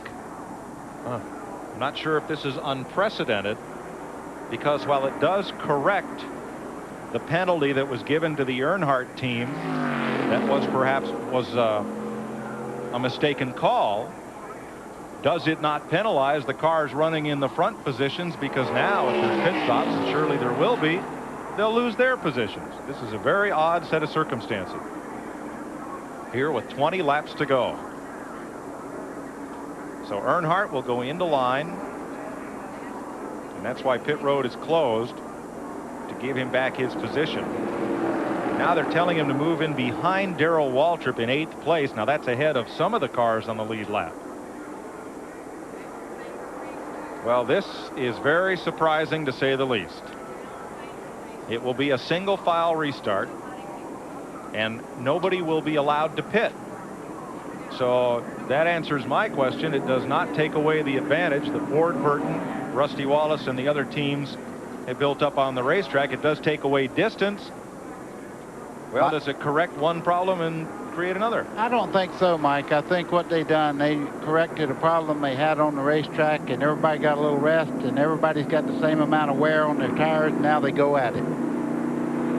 And the leaders don't have any traffic at all in front of them. They can just contend with each other from here forward, at least for a while. Bit of jostling for lineup positions as the lead lap cars try to get up into line in the back straightaway. And they're going to hold the caution out for one more lap to make sure everyone is properly in line.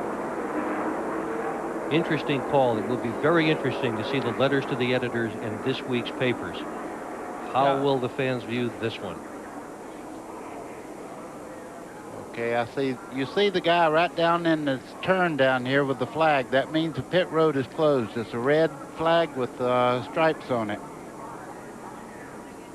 Uh-oh. Now that's... Earnhardt is saying that in moving up with the lead lap cars, he has gotten a flat tire and needs to pit. Wow. John Andretti has come in. Jeff Bodine also pitted. And Joe Nemechek. Well, all this while the pits are closed. It gets curiouser and curiouser.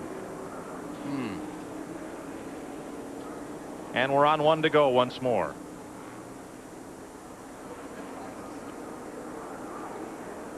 So now, for pitting with one lap to go and with pit road closed, Ricky Rudd has now come in. And Randy's up in Rusty's pit. Hard to say what this team thinks about it. Rusty said the last set of tires was junk. It looked like he couldn't do anything with Ward. One guy we didn't talk about was Mark, and he was coming.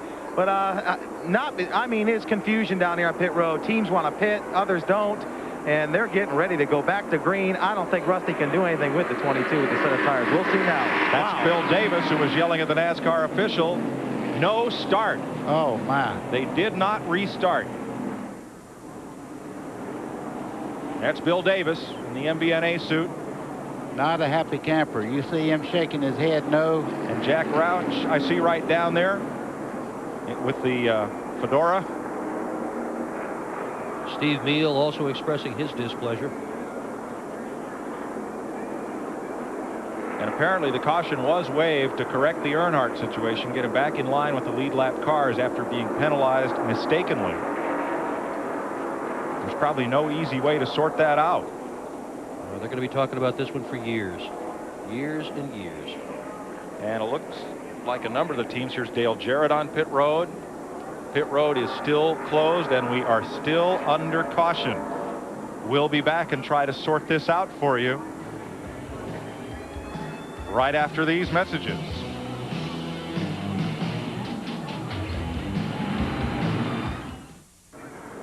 We're back with you live in what may be an unprecedented situation here at Rockingham. NASCAR has now opened pit road.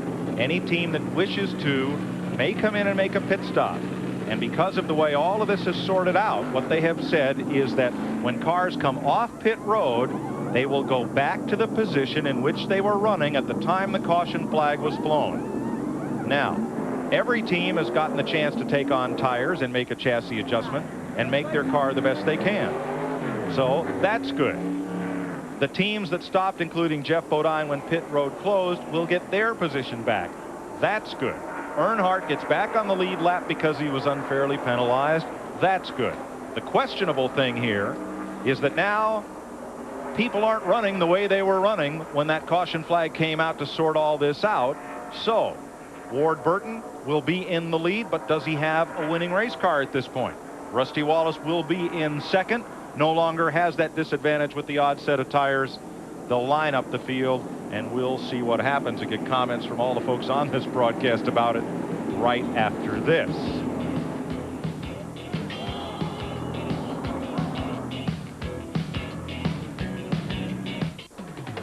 Welcome back to Rockingham. For 10 laps, they've been trying to sort this out now.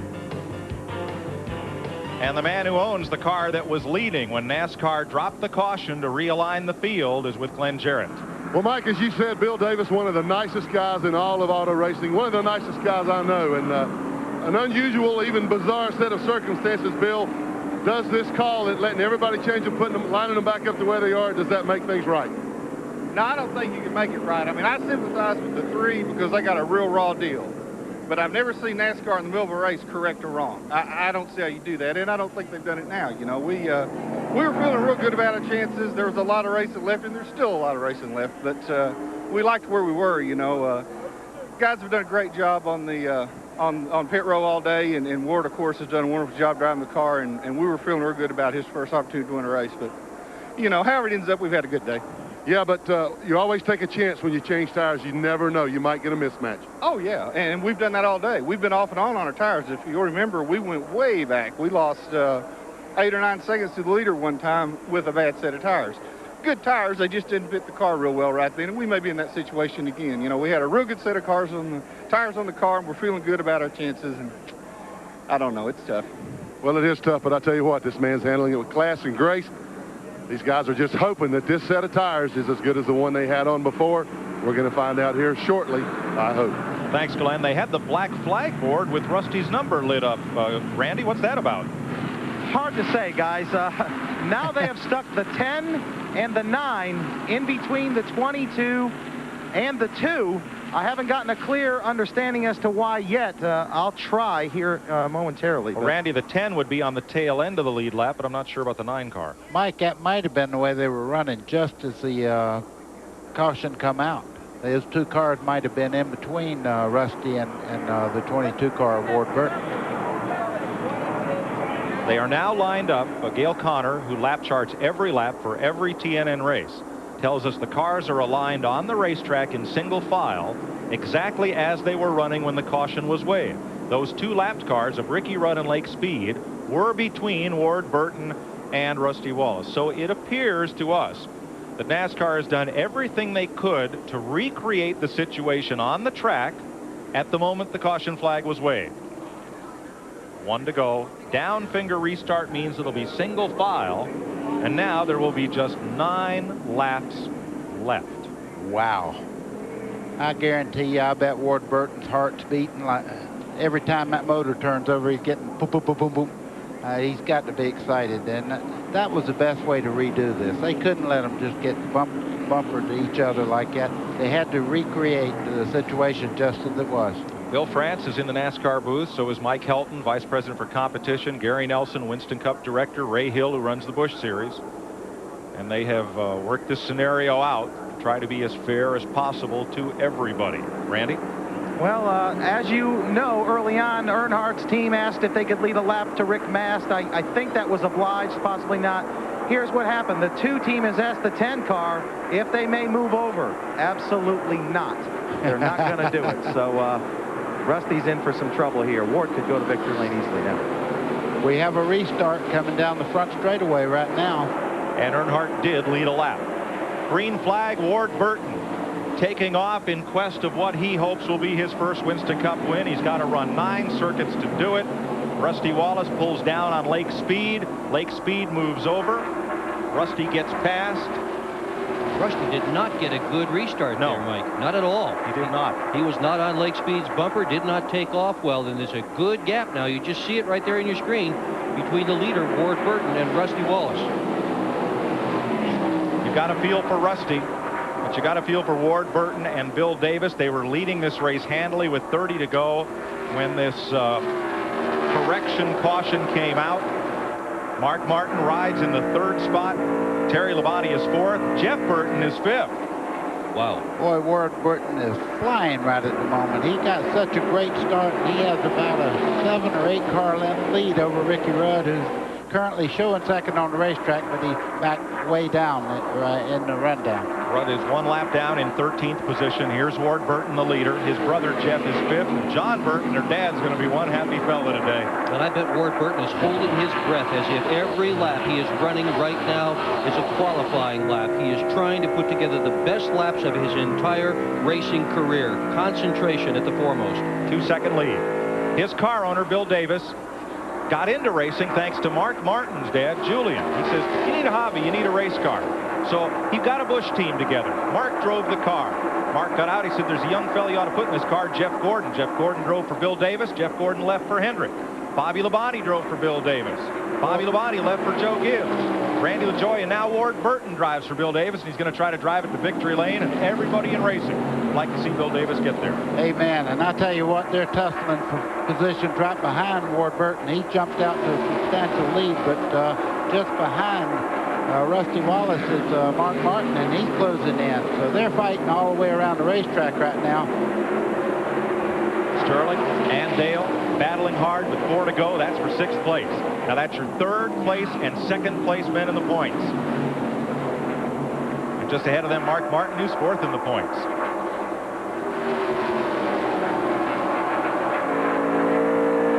This is inside of Mark Martin's car as we start down the front straightaway. Right there's the flag stand. As he goes down, you see he's pulling in just a little bit. Inch by inch, he's gaining on Rusty Wallace. 3 to go. Elton Sawyer takes the Hooters Ford to the garage. Mark Martin is 3rd. Rusty Wallace 2nd. Ward Burton got his first Busch Series win right here at Rockingham. Boy, oh boy, I tell you what, this is going to be a great victory. I don't see any way Ward Burton can lose. Rusty Wallace is out there, and you see right behind Mark Martin there is the Iceman himself, Terry Labonte, moving in, trying to make that spot. That's 3rd place. So it comes down to a shootout, a competition caution to correct an errant penalty, and folks, it's going to turn out okay. Ward Burton with a long jump on the field, white flag for the young driver from South Boston, Virginia. 33 years old in the MBNA Pontiac. Rusty Wallace in 2nd. Earnhardt and Sterling Marlin got together in turn 2. They're okay. Off turn 4 for Bill and Gail Davis, for Chris Hussey, that MBNA Pontiac team. Ward Burton scores his first Winston Cup win. And out of turn 4, Darrell Waltrip gets hard into the wall, and the rest of the field gets by. He made contact perhaps with Jeff Gordon. What a wild finish to a day that Dick Berggren started out saying had been bizarre so far. And it ended on the same note. Wow. DW looks like he's okay. He's moving around in the car. Oh, and Darrell had a great race going. He was up in the top 6. Gordon comes around 3 laps down. He finishes, holds the point lead, and Glenn Jarrett's with Bill Davis. Well, congratulations, Bill. I'm going to quote William Shakespeare. All's well that ends well. Man, I tell you, it was tough there for a while. I mean, I don't know. You know, I guess it ended up all right. I mean, you know, I don't know if everybody else agrees, but I do. You know, real proud of Ward Burton, all these guys, Chris Hussey, you know, real proud of them. You know, they did a real great job. Chris, a great crew chief. Ward Burton, what can you say? I think he's going to be as tough as anybody in the garage, and they've got a great future together. I certainly think so, too. We're going to let them celebrate. We'll move down to victory lane. What a great day for Bill and Gail Davis, and also for Ward Burton. Man, this is a happy crowd down here. Well, there's one fellow who's not so happy. Darrell Waltrip going back to the garage at a furious pace. Let's show you what happened to DW. Now, Jeff Gordon had just gotten past Derek Cope and Morgan Shepherd for position. or was trying to move on Shepard and gets right into the back of Darrell.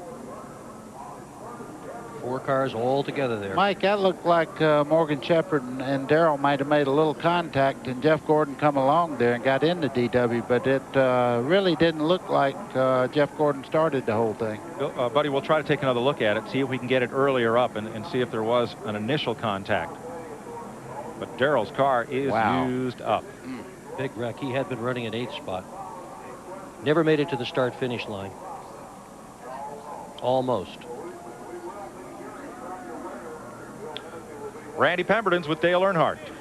Well, Andy Petrie asking where we finished. Dale Earnhardt getting ready to climb out of the Good Red Chevy. We'll get a word with him here momentarily. Dale Earnhardt, kind of a bizarre call there. They said you lost the lug nut. Didn't happen. You guys protested. What did you think about that? We've got Dale Earnhardt. Yeah, what'd you think of the call? That was a bad call on the inspector's part, not NASCAR's. NASCAR tried to rectify it by throwing a caution, putting us back in the lead lap. And what they should have done at that point is let everybody pit in sequence and never have to come out of the pits would have been the way they should have lined up. But they got sort of mixed up, so they sort of had to adjust things. And I was comfortable going behind the 17. I was a lap down behind the 17 when the caution came out. So that's better than nothing. Let Richard and NASCAR take it. Okay, good event for you anyway, Dale. Glenn Jarrett, victory lane. Glenn. Okay, Randy, Ward Burton is removing the steering wheel. You can watch him take the glasses off. We've got, of course, Bill Broderick talking to him right now. His wife Tabitha right behind him. The kids want to hug him, want to kiss him. We're going to let him get a cold drink of Gatorade. Take his time getting out of here. I can see the adrenaline racing right now. We're going to slip by here and get a microphone. He's going to get a big kiss. Going to get a big kiss from Tabitha first. Been waiting a long time for this. Absolute jubilation down here, guys. The people from MVNA, Bill and Gail Davis, the crew chief, Chris Hussey, everybody excited. Ward's still trying to catch his breath. We're going to get him out of the car right now. Here he comes.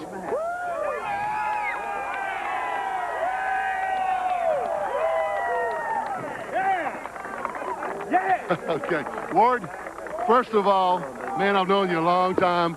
Congratulations, but what a bizarre finish. Thanks, Glenn. I tell you, I don't know what was going on the caution, but man, this car has been running great, and it's run great all year since I got in it, and I'm just tickled to be a part of the team, and I'd like to thank all the guys with Chevrolet and MBA for putting me in this car. Well, I want to ask you a question now. I know that of the conversation that was going on between you and the crew chief and Bill about what was going on, why are they doing this, what's going on, so forth. But was it hard for you to keep focused, hard for you to keep telling yourself, man, I got to be calm, particularly on that restart? You couldn't take a chance to miss a shift. No, you're right. I tell you, I got a lot of motor on that hood that got me off on that restart. But we had some tires that make us tight, some make us loose. One time we had a right rear going down, then we over-adjusted to compensate for it. But right there at the end, Chris Huffy, Clyde Booth, Bill, all of them just gave me a nice piece. I mean, the car was like a Busch car. It was on the rail.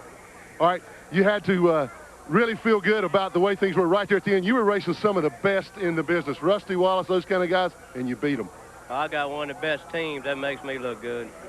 Okay, we're going to let him celebrate, man. I'm going to get out of here. They're getting ready to throw some more water. Mike? I'll tell you, Glenn, they call Terry Labonte the Iceman. This guy is dry ice. Is he cool under pressure or what?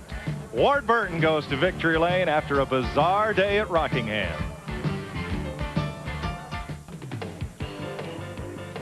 Ward Burton has scored his first Winston Cup victory. Rusty Wallace comes home second. Mark Martin is third and moves to third in the points. Terry Labonte is fourth, and Jeff Burton completes the top 5.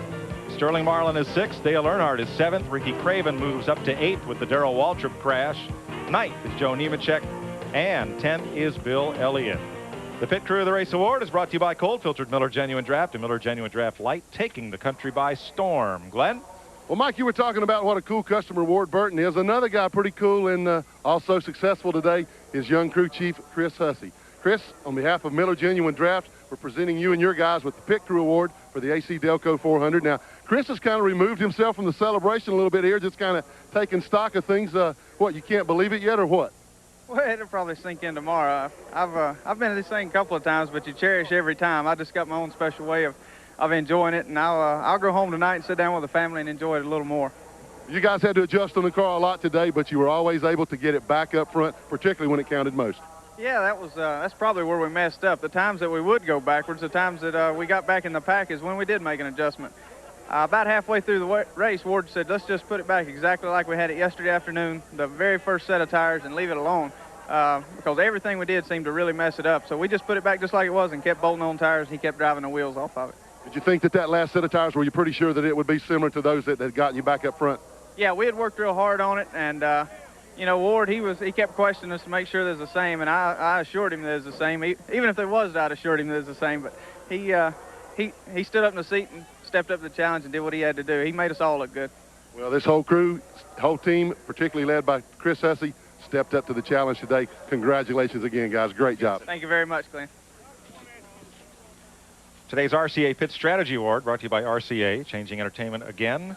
Jeff Burton's crew chief, Donnie Richardson, is the winner of that award. Our congratulations to Donnie Richardson and the whole Stavola Brothers team. They've had a great run here today. A Burton sweep, or a Burton book ending the top 5, first and fifth today. Well, Glenn quoted Shakespeare. I quote Mark Twain. Always do right. This will gratify some people and astonish the rest. I think NASCAR did right today. Welcome back to Rockingham, where Ward Burton stands in victory lane, and his brother Jeff posted a top 5 finish today. Let's talk to the younger of the Burton brothers. Well, Mike, the first person that I ran into when I came down the ramp from victory lane was Jeff, come to congratulate older brother, and he did a pretty good job, but you guys had a great day too. Well, we did. Obviously, he had a lot better day than we did, but we'll take a first and a fifth for the two of us. Maybe we'll swap them off next week or at Atlanta, but I'm real proud of them. I'm real proud of my team. We both had a good day. That was this race will go down as one of the craziest ones in history, and they were good enough to win. So you'll hear a lot of stuff about, well, Rusty would have won, but the 22 car was good enough to win, and that's the way it worked out. That's probably the way it should have worked out. Well, I want to warn you before you go up into victory lane there, your father is not doing too well right now. I mean, he's happy, but I've never seen him look so dazed. He is so excited. I'm sure he is. If you can imagine, my whole family started watching us race go-karts when we were probably 3 feet tall. So it's to be here in Winston Cup racing, to see one of us win and one of us finish 5th on the same day in our 2nd year of Winston Cup racing is a pretty big accomplishment. And I can tell you one thing. I know that there's going to be a real big party in Virginia this week. So I know Brian, my brother, he's already partying like hell. So we're going to have a good time. Well, we're going to let him go do that right now. This young man will be in victory lane before too very long also. Randy? Rusty Wallace has come from his hauler. Rusty, obviously involved in one of the most bizarre races in NASCAR history. You ended up finishing 2nd. How did you see that thing unfold in the last few laps under the caution and pitting and so forth? Gosh, I really don't know how it was unfolding. It was a tough one. You know, first of all, let me say, I really want to congratulate Ward for his first win. He deserved it. He really had a great, fast car, and, you know, I'm not going to let what happened overshadow his victory, because I know what my first victory felt like. And, man, I would hate to have something overshadowed. So, bottom line, whether it's right or wrong, he won the race, and I'm proud for him. I think all these fans are proud for him. It was good to see a Pontiac win today. I wish my Ford could have won, but I think NASCAR will go through all the rulings and the scoring and all kind of stuff and try to figure that out. And to tell you the truth, I think it's better that I just kind of step aside and let them duke it out right now and see what happens. Yeah, I'd love to win the race, and I led a lot of laps today, and the car ran super, but I just like to thank all my sponsors, Mobil Oil, Miller Brewing Company, Mead Paper Company, Fleetwood, Goodyear, and all the guys that participate, Mobil and Bosch. Neat deal, but a bizarre race, no doubt about that, but it was a good one, and a good guy won, so we'll see what happens. Your car was a little better on longer runs. If you were able to line up behind Ward, could you have done anything with him? I think so. I mean, Jeff Thousand, my new chassis man, really had the car handling, and Mike Agee and Paul Vanderline and Bert Schaffner and Steve Triplett and all the guys, Lee back at the shop, man, they just had some good power for me today, so we know everybody knew it was a new team for us this week, and I think we showed we can still win races, so it was a good deal. I'm proud of all the new people. Congratulations on a good run, Rusty. Rusty Wallace ends up 2nd today. What a wild day of racing here at the Rock. Well, let's show you a comparison of Jeff Gordon and Dale Earnhardt's season so far. Gordon with more wins. They're about equal in top 10s. Jeff's led more races, and he's had one more DNF, and his lead drops from 205 to 165. Earnhardt picked up 40 points on Jeff Gordon today. We said at the top of the show he needed to pick up an average of 69 points each race for them to end up locked up at the end of Atlanta. So 2 races to go. Next week we'll be with you from Phoenix, but stay tuned. We'll be right back.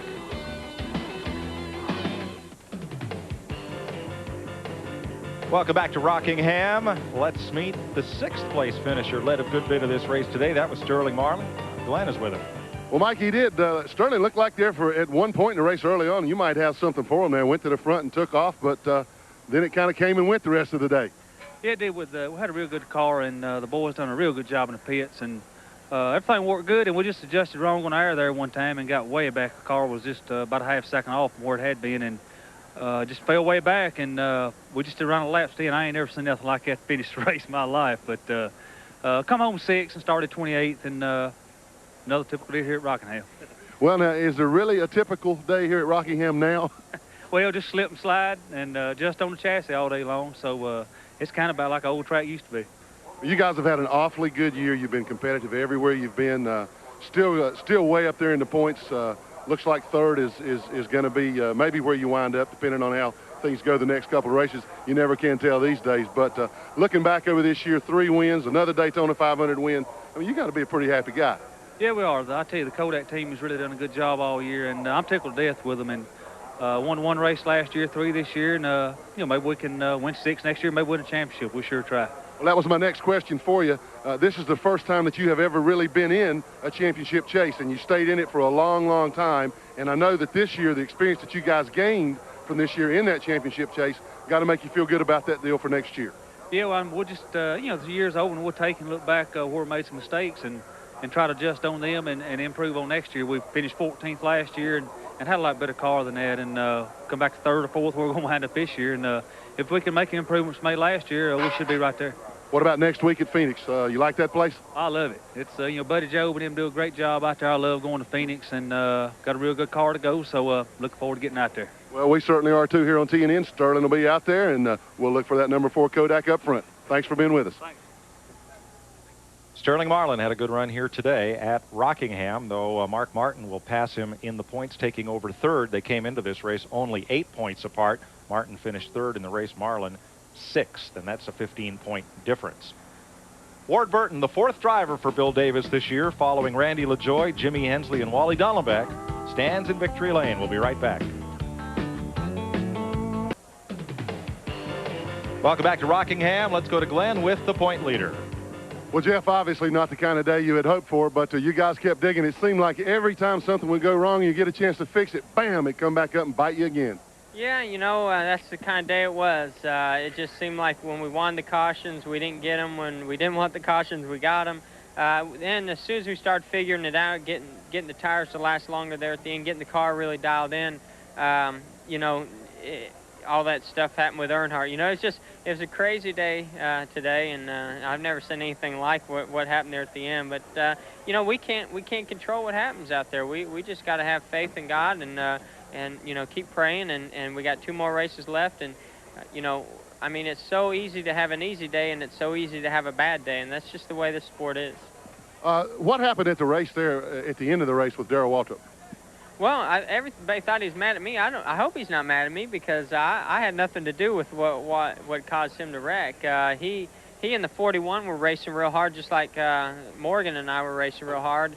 And I got, you know, kind of run up high, and all of a sudden Darrell started spinning. Him and the 41, I think, got together, and he got loose. And, you know, I had nowhere to go and got into the back of him, and probably made us crash. There's a little bit of a crash that he had much worse, and I hated to see that. I didn't want to get into anybody, and, you know, it affected us. We lost a couple spots because of it, too. After a day like this, you got a week ahead of you before the next race. How do you handle it mentally? What do you do? What do you tell yourself? We go relax and have a good time, and don't think about racing. Just, you know, when we get to Phoenix, that's when we start focusing on it. But, you know, there's nothing we can change, nothing we can do that we haven't already done all year long. The team has got everything in line. We're prepared. You know, a little bit lack of experience on my part hurt us a little bit today. And, you know, that's why we're learning how to run for a championship. And, you know, I hope these next 2 races kind of go our way instead of the way the last 2 have gone. Well, he's certainly due for some good luck. I think he's going to hang on. You talk about a cool customer. Jeff Gordon's one of them. Randy? Well, Jeff Bodine's team, in a form of protest at this particular moment, I've caught up with Paul Andrews, his crew chief. Paul, they've given you 21st position at this present time. I believe NASCAR is going to analyze your situation and rule on it from there. Tell us what happened after that pit stop, or beginning with the pit stop for you guys. Well, you know, we believe we should be 15th. We should get another lap back. NASCAR gets one lap back after the mess they had with, you know, why they had to throw the caution. And we believe they held us 2 laps. We're just trying to look for our other lap back, and if we get that back, we should be 15th. You know, it's a messed up deal. It's confusing for everybody, including NASCAR, I'm sure. I mean, that's not something that happens every day there, and it's not your normal race routine. So it's pretty confusing, and hopefully they'll get everything worked out, you know. But hopefully we'll be all right. So at one particular time, pit road was closed. They gave 1 to go. You were at the back of the pack. You called Jeff into pit. Is that the situation? Yeah, that's correct. They gave us the pit road is closed, and they were coming down for the stripe, and they give 1 to go. We were at the back of the pack. There's only 5 cars behind us. The rule is, to my knowledge, is you know, when the pit road's closed and you pit, you start at the tail end of the longest line. That was fine with me. I was already back there. I wanted 4 tires on that car, and I wanted to make the car handle better. So I called him in. As soon as I called him in, the officials ran over to my crew guys and started trying to get them to stop. So then another official came to me and tried to get me to stop. So we stopped changing. We went ahead and changed the right sides. By the time they got there, everything was too late. So we stopped. We went ahead and changed the right sides and stopped. Did not change the left sides and went on down pit road. And then they held us for 2 laps there. And that's what we're trying to work out right now. Okay. Well, better luck at Phoenix, and we'll see how this is resolved. Thanks a lot. We appreciate it. Well, Buddy Dick, what about this whole bizarre situation? It seems to have ended on a positive note. The car leading at the time of this competition yellow did win. Dale Earnhardt's penalty did get reversed, but it certainly threw the event into a turmoil. Well, I'm going to start from my perspective. If I was racing there and I'd passed 2 cars, they lined them up exactly like they were running just before they righted the situation with Dale Earnhardt. So you wouldn't put Rusty Wallace directly behind Bill Davis's car with Ward Burton, because he had made the pass on those cars, so they did the right thing, in my opinion. Now, I'm sure everybody has an opinion, and that's what makes racing a lot of fun, but in my opinion, they did the right thing, and they also give Earnhardt a lap back. They had to. He's in a points race, and it means a lot to those guys. Well, do they set a precedent now where if a driver is penalized mistakenly, other drivers will appeal to have the race stopped, or that driver can appeal to have the race stopped and have things set right? I don't know if it's going to really set a precedent. The important thing here, Mike, is that all's well that ends well, and that's in fact what happened here today. And you can argue about the strategy to get us where we wound up. And I'm sure NASCAR is going to look at that, and they're going to look at it very, very carefully, and they're going to decide what they should do should another situation like this occur. This has never happened before. And so it was a unique situation. They had to try to figure out what to do. What they did turned out to give us the proper outcome. Dick, the point I was trying to make, if they'd let Rusty Wallace come out directly behind Ward Burton, make up 2 spots that he didn't earn on the racetrack, that would have been wrong. And I agree. They'll set a precedent. They'll come up with a procedure. And I think it's important, too, to note that an official's call that was not exactly correct did not cost Earnhardt his chance to run for the championship. I agree with you both. All's well that ends well. Let's go back to the garage. Here's Glenn. Well, guys, I'm standing by with Ted Musgrave. He drives the Family Channel Ford with Roush Racing, of course. And Ted, kind of a tough day for you at the Rock. It wasn't one of the best ones. Kind of about as tough as it's saying Roush, isn't it?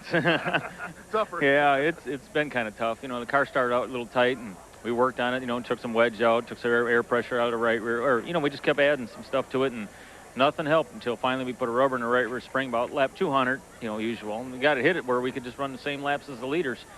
We came in the next stop, put on 4 tires, and then as I left, the crew radioed back in and said, well, the rubber fell out. It's laying here on the ground. So back to tight again.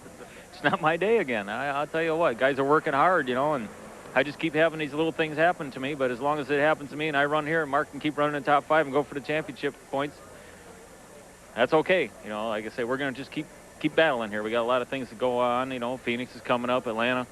You know, we got a battle. We're pretty well solidly in 7 points in the standings for the rest of the year. But, you know, we sure wanted to be in the top 5, and we're not going to do it by doing this. You know, luck's just not on our side right now, Glenn. Well, that's exactly the way it is. It's too bad you started out good. Wish you good luck next week at Phoenix. We're going to come back with more post-race commentary here from The Rock right after these messages. Stay tuned. And you can join the NASCAR family cruise and not be stuck in this traffic December 4th through 7th. Call the number on your screen. and benefit the Winston Cup Drivers' Wives Auxiliary. R.J. Reynolds, Image South, Lavelle, sponsoring the cruise on the Big Red Boat. All right, from Baywatch to Baby Watch, Patty Wheeler, who runs World Sports, that produces these shows for TNN, had her second child this week, a daughter, Adele. My brother David, nervous all week, and his wife Barbara, their first child, Megan. And let's go back to the garage where Randy Pemberton standing by. Well, Mark Martin has left the building, so to speak, but Steve Meal is here as crew chief. Steve, you guys had a heck of a run late in the race. I know that probably didn't unfold the way you wanted it to, but nonetheless, you finished third. Yeah, we had our car set up for long runs, and we had like 130 laps to go when the last green flag flew, and we thought we were in good shape. We come out of the pits on the last stop 3 seconds behind the leader, and when the last caution come out, we were down to 1 second, so we felt like we had a real good race car for long runs. And when the caution came out, it kind of killed us, but I understand the reason for the caution, and it was a different day, but I'm not saying I disagree with anything. I just never seen it before, but NASCAR did what they thought was right, and it's real hard to officiate these races. There's a lot of emotion, a lot of ego. Proud for Bill Davis and Ward Burton and Chris Huzzy, and the 6 car ran real good. We didn't get our third in a row, but we were in position to do it, and circumstances might have got us a little bit, but we're real proud of what happened. Okay, congratulations on a good day, Steve. Thanks, Rand.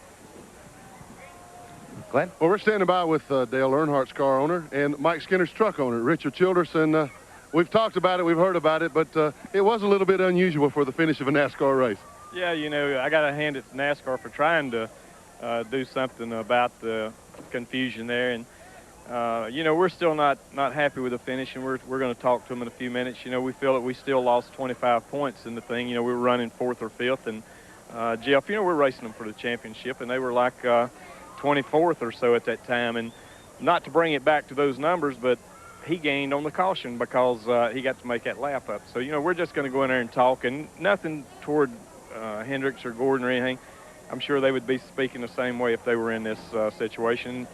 And, you know, it's unfortunate that the inspector made that call, but, you know, it's kind of like a referee sometime. They make a call and look back and say, gosh, I wish I hadn't have done that thing. So we're just going to go talk to NASCAR. We filed a protest here, and we're going to see what's going to happen out of it.